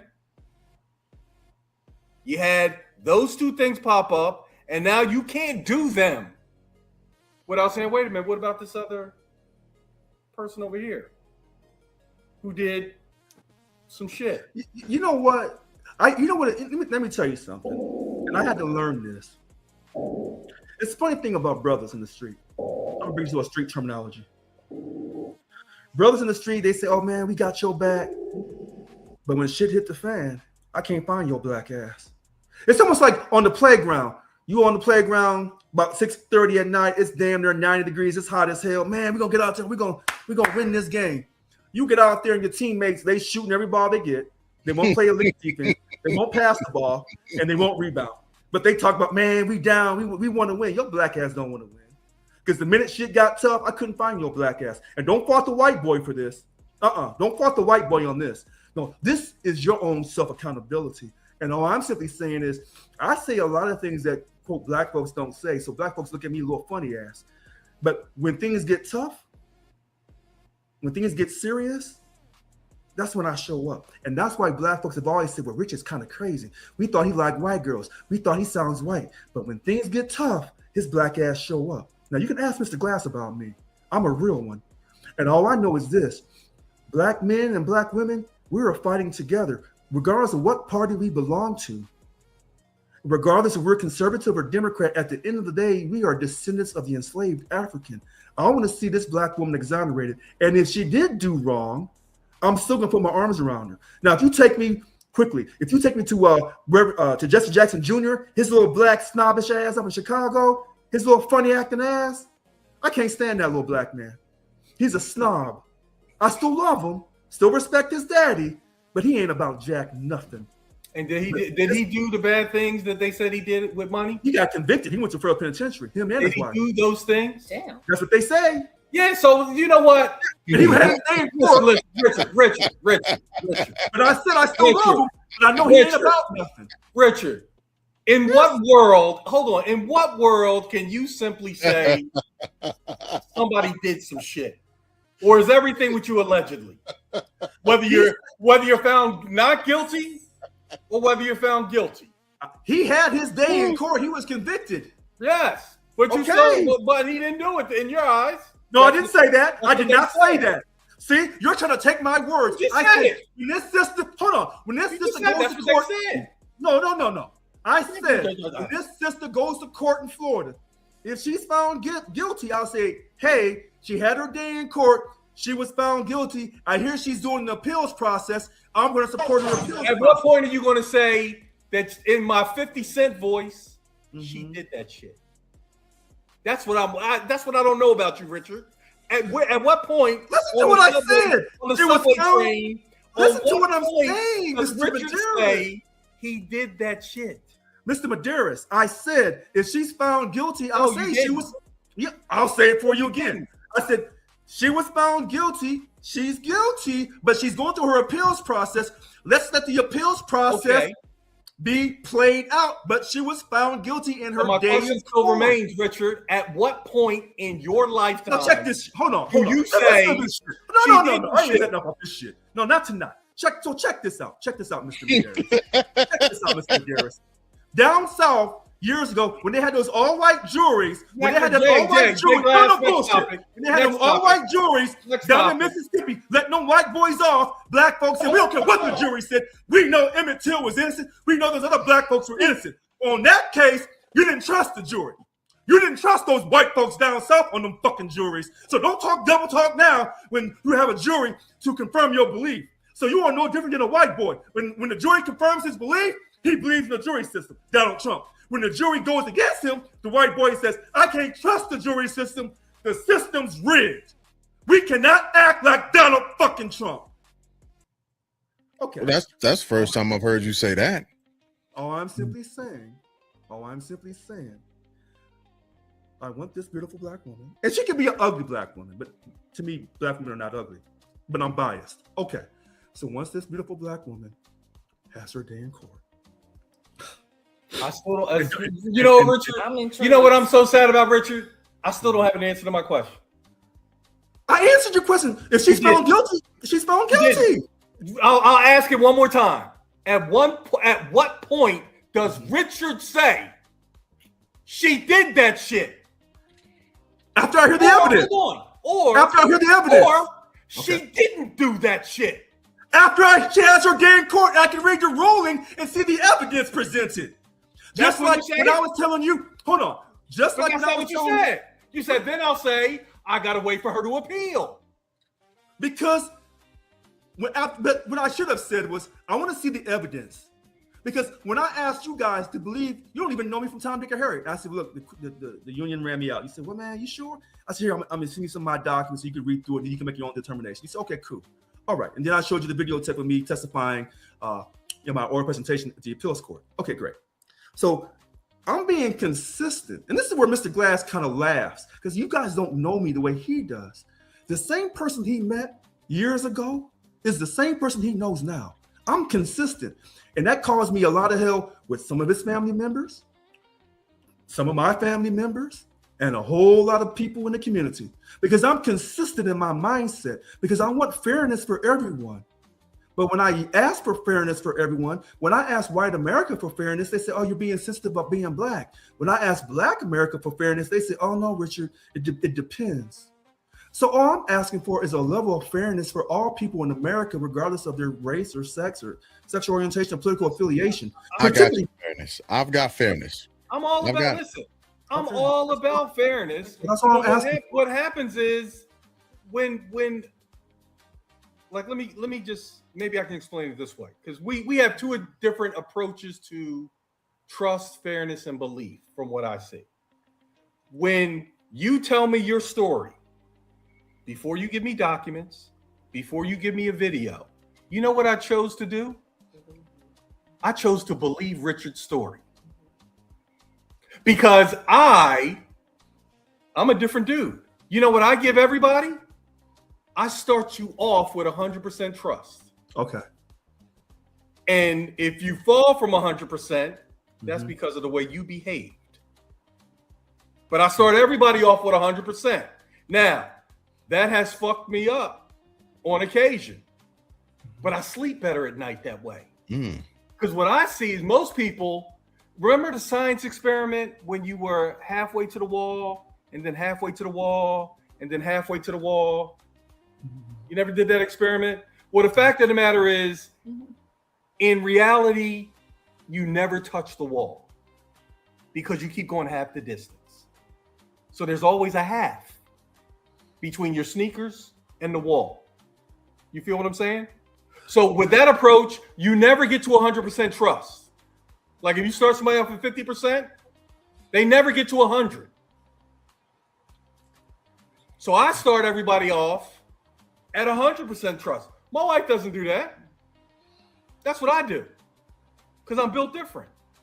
And I don't take anything away from the way other people do it because I understand we're all built different. My stepdad used to say, you either hang people at first and let themselves down, or else you give them enough rope to hang themselves. So that's basically what he's saying. You know, here's what I see. Oftentimes we want to pick and choose when we want people to have their day in court, or when we want to allow popular opinion to rule the day. And I'm not like that. So I defended OJ years ago. And then eventually the black community as a whole came to defend OJ because of what he stood for and what he didn't stand for. And then we all got played. No. But you know what? I didn't know a black attorney called Johnny Cochran could be so exceptional. I didn't know. And I think, when God took Johnny, I said, yeah, he's that good. He's that good. So, I want everyone to have a fair opportunity. So when I'm arguing with white people, I want to make sure my argument stays consistent, because I have the type of white friends, if I'm being a hypocrite, they'll call me on it. And they don't get a chance to call me. And you call them on it? Because I have white friends who are Democrat and Republican. So, I'm catching hell, not just from black folks who are Democrat and Republican. I have a question for you, Richard, because, and I want you to hear me out, because you keep saying people need their day in court. We never said that people shouldn't get their day in court, but the example that we used was Sandy Hook or even Cesar Chavez. They're two different things, but like even with the Sandy Hook thing, if the person is right there and they unalive themselves or kill themselves, there is no day in court. Cesar Chavez, even though it was a very long time ago that he died, there is no day in court. So we're not denying anybody their day in court. And with the lady that, I'm sorry, put her name up again, because this one got laid. I forgot her name. McCormick, yeah. Thank you, Sheila, Miss Sheila. Because whenever I hear Sheila, I think of Sheila Jackson Lee. That's another thing. But anyway, she will have her day in court. And the allegations against her they're crazy. But like with anything else, none of us know what's going on specifically. So when she does have her day in court, then the light will be shown. You know what I'm saying? We'll have the evidence, because I am so curious. I'm like, my first instinct is as a black woman is to be like, man, wait, that doesn't sound right. And, making sure that hopefully nobody's picking on her, but then I can't wait to see what these allegations are, because $5 million, my God, that is so much money. But then I also think all these other dudes doing all this crazy stuff, why they throwing her up here? But you know what? She's on the chopping block right now. And if they found this discrepancy, then I'm glad she gets her day in court. But I am so curious to what exactly happened and how, because you have a lot of leaders that say that they don't know everything that's going on in their company, especially when it's people misappropriation of funds and things like that, because you have different departments for that. But I am very curious, and I pray that again, if she is found guilty, then so be it. But if she is not, that she can be exonerated, and I hope she can get her position back, or however that is. I'm just looking forward to what this is, and it's hopefully to just learn, So But here's my response, and I want to thank James Hill for what he said, because sometimes people have to hear us yell and talk softly and go through the whole rigmarole, because we're like a family. We're like an extended family. So let me say this for you differently. Mr. Glass, I've known for a period of time. I'm not going to say how long. But when I say I know him, I know him. Mr. Glass can go out here and rob 6 liquor stores and be caught on video camera. Now, he was trying to get the money for his wedding and blah, blah, blah for his kids. He didn't really mean to rob the 6 liquor stores, but he had to. Did what he had to do to take care of his family. Okay. So you can't really call it. You can't really call your cousins or whatever and say, hey, I just robbed 6 liquor stores. Come get me out this shit. You can call his big sister, but that's not really a good look. But he does know there's one person he could call. He knows that one person. So when it's raining for you, who do you call? Who do you call? See, I'm the type of person, when I say I give you my friendship, it's for life. It doesn't depend on if you stole or allegedly stole $5 million. If you stole the $5 million, damn, you couldn't get away with it? Damn. But if I'm your friend for life, I'm your friend for life. So if you stole the $5 million, hide the money. And if you go to jail, well, give me the money. I'll hold it for you. You come out, I'll give the money back to you. That's what real friends do. But see, when black folks talk about being down, that's why I don't like the word culture, because that's some new shit. I'm not with that new shit, because these new cats will rat you out in a heartbeat. I'm old school. When I say I'm with you for life. Now, what if he was a Republican? What if he was Mr. Brooks? And Mr. Brooks was my friend for life. then he get the same respect. So when we say out to the community, why can't we get ahead as a group? Why can't we work together? We can't work together because when things get tough, we will turn on each other. When the Jewish community has a tough time, they stick together. Now, Bernie Madoff, they couldn't pull that one off. Epstein, they can't quite pull that off. Some things are just so egregious, you just can't quite pull that off. The guy over in the gotta stay in court. Fair enough. We as a community, when we're accused of doing things wrong, whether we did things wrong or not, if you don't have a support structure to help you get through, because if I was to be held to task, have I done everything right in my course of my life, criminally or civilly? Probably not. Yeah. So when we all look back in our lives, we've done some things wrong that we've gotten away with. Now, if you're up there in DC, that is the corruption capital of the world, not just of the US, of the world. So, when we talk about holding people accountable, you'll hold certain people accountable, but you'll give other people the pass. And that's what I don't like, because it's like playing in basketball. We want everyone to have a fair opportunity to win the game. Sports allegedly is the only arena where, I say allegedly, where you have a fair opportunity. See, I knew he's going to do that. I can't shake my head. Finish what you're saying. Look, we just want to have I'm about to go to the wine rack, and every time you say allegedly, I'm gonna take a swig, and I'm gonna be sounding like JFK Jr. by the time this is done. There you go. RFK Jr. There you go, taking them shots again. RFK Jr. There you go. My bad. There you go. Jr. There you go. Richard. Look, let me give you a little bit of spice to this, right? I told you I was accused of stealing $3.5 million. Yeah. From Citigroup. Mm-hmm. Oh. Accused of theft, conspiracy, money laundering. Did I get a day in court? I'm asking. You don't know, but what do you think? I'm gonna say no. You didn't get your day in court. I didn't get a day in court. You didn't have no charges. You know why? Allegations. No. Here's why. Mm-hmm. The Secret Service, the Postal Service, and the United States Attorney blew up my driver's license to 8.5 by 11 and held it up in front of all of the co-conspirators. And not one of them could say Lindahl Medeiros. Junior.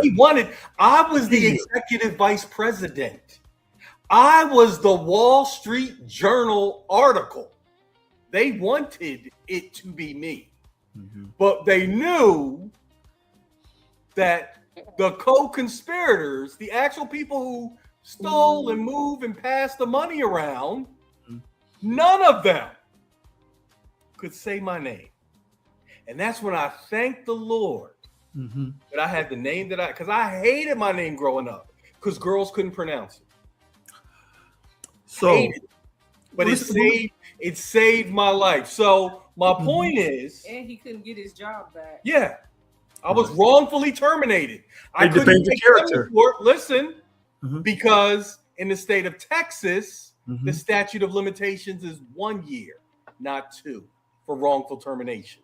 So I couldn't even get my day in court for being wrongfully terminated. My employers came to the false conclusion that I stole money, that I conspired to steal money, and that I brought my money to work to launder it. How stupid can you be? Right. So this is, I am fair. A personal experience. I am fair, and I am consistent. You will not have anybody on my record with me giving somebody a pass. So wait a minute. I don't give anybody a pass. What I do is any conclusion that I come to it with facts. So my thing, but wait a minute. My thing is that was your experience, and I've had my own experience, criminally and civilly. So here's what I'll say, because I've known Mr. Glass for a long time. I haven't known you for that long. Oh, and I would have his back too. So no. Check this out. Though. The 6 liquor stores. No, Jay, I'll put some on your books. Right on. But I was still like, damn. I wish she had. So let me be clear, because Mr. Medeiros does all this business work. He can always be accused of a financial crime. So at 8:00 my time on April, what is today? April the 22nd. So let me be crystal clear.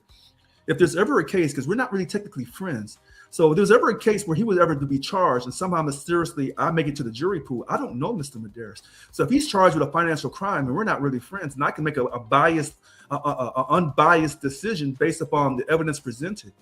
And from what I can see, by his actions and his behavior and his leadership skills and what he exhibits, he would never do anything to violate the law, intentionally or unintentionally. So if I'm on the jury pool, there's a good chance that Mr. Medeiros will not be convicted criminally or civilly. Now, that's me as a jury person who's African-American that's looking at the facts of the case against another person who just happens to be African-American. With that being said, very few African-American men are like me in the jury pool. See, when white people go to the jury pool, they say, well, can you be unbiased? I absolutely can. Do you believe in a country? Absolutely. Is this the greatest country on earth? Absolutely. And I say the same thing. I say the exact same thing. And now I'm on the jury pool. And now Mr. Medeiros, with the evidence that was presented to me, it's not a preponderance of the evidence in criminal, I think. And then with civil, it's a different level of proof. Mm-hmm. And then, so he's found innocent of any wrong transactions, criminally and civilly, in my opinion. But I want people to hear how I said that. Mm-hmm. Because first of all, I have to be a registered voter. Doesn't matter if I belong to the Republican Party, a Democratic Party, or no party preference. I have to be a registered voter in the county I live in, so I can be eligible for that jury pool. Doesn't matter if I march in Black Lives Matter. Don't matter if I go to black churches. Don't matter if I'm part of the black. Don't matter if you Colin Kaepernick. So unregistered, non-voting, kneeling in front of the flag, mofo. Yeah. So I have to be a registered voter in my county, so I can be eligible to be in the voir dire. And when I go up there and they say, do you know Len Medeiros? No, I do not. Well, wait, haven't you talked to him before? I think I may have talked to him briefly, maybe over through a friend, but no, I don't know. I don't know his life story or anything like that. So you can make an unbiased decision on Mr. Medeiros. Absolutely, I can. You're not lying. No, I'm not. If you're lying, Mr. Brown, that's a felony act. I'll take that chance. I stand by. I believe in the greatest country on earth. I believe in showing the evidence. And once you show this evidence, I'll be able to make a reasonable decision on Mr. Medeiros and his behavior. Now, those are straight answers to the questions that I was asked in a time of need for Mr. Medeiros and his lovely wife, Stephanie. Now, other black men and women, you can tell what they're going to do, because when it was raining for Mr. Medeiros, they said, well, we don't know yet. We have to wait to see how things turn out. I'm saying, well, show me the evidence and then I'll make a decision. Because it's raining for Mr. Medeiros and I'm here to say, here's the umbrella, or maybe you don't get an umbrella, but I'm here anyway, holding the umbrella for you so that you can see me right here. But the other black folks, when it's raining for you, they're not out on the street corner with the umbrella to see if you need it. You can't find them. And this is a symbol of former Congresswoman Phyllis McCormick. Let me say this about her. I would absolutely love to be wrong about her. I would love it. But I have done like I said, I've been following this woman's situation since last year. And I've looked for every nook and cranny since I've been through this. 3.5 million, 5 million. What's $1.5 million? Chump change, right? I've been through this. And my lawyer told me I'd have got $400,000 out. Shout out to Richard. My lawyer's name is Richard Harris. Richard Harris told me, he said, Len, you're so lucky you haven't been indicted. Yeah. And I was like, well, I'm innocent. That's not how the law works. That's not how the law works. That's As a matter of fact, when you're innocent, you really need to lawyer up. Because guilty folks had a dream team. Yeah. There you go. And I'm sitting here saying, well, the truth is going to set me free because I ain't do it. I ain't do nothing. Nothing. Except that I was associated with one of the criminals. He was my day one. Wait a minute. And that's one of the biggest, and that's one of the biggest problems, in my personal opinion, that Black America has with the judicial system of America. What? The judicial system has never been, quote, a fair and honest. Because it wasn't built for us. No, it's pay to play. It wasn't built for us. Because, once again, if I need to go and make a point, there was a time when you couldn't testify against a white man. Nope. And then you wonder why you couldn't sit in the jury box and point at a white defendant and say he did it. Hold on, wait. So a Black person couldn't do that, but an Irish servant or an Irish slave could. Anyway, look, I don't want to get sidetracked. Yes, they could. So we gotta end it. Shout out to Hennessy, right? Yeah, we had two. That's funny. We had 2 hours and 5 minutes, fellas. And we're not gonna talk about Schwartz. We will have to come back, but what I would say I support Schwartz too. I support her too.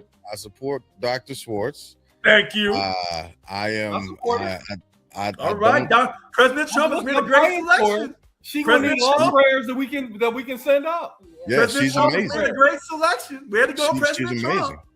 And President Trump did absolutely make a great selection, and I hope that that she is not taken down by RFK Jr.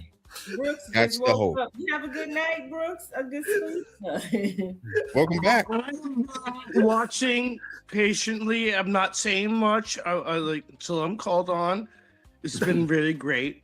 Man, you know really that's hard to, you gotta jump in here when you get in here. Yeah, but we gotta be like double dutch. Totally okay. It's totally okay.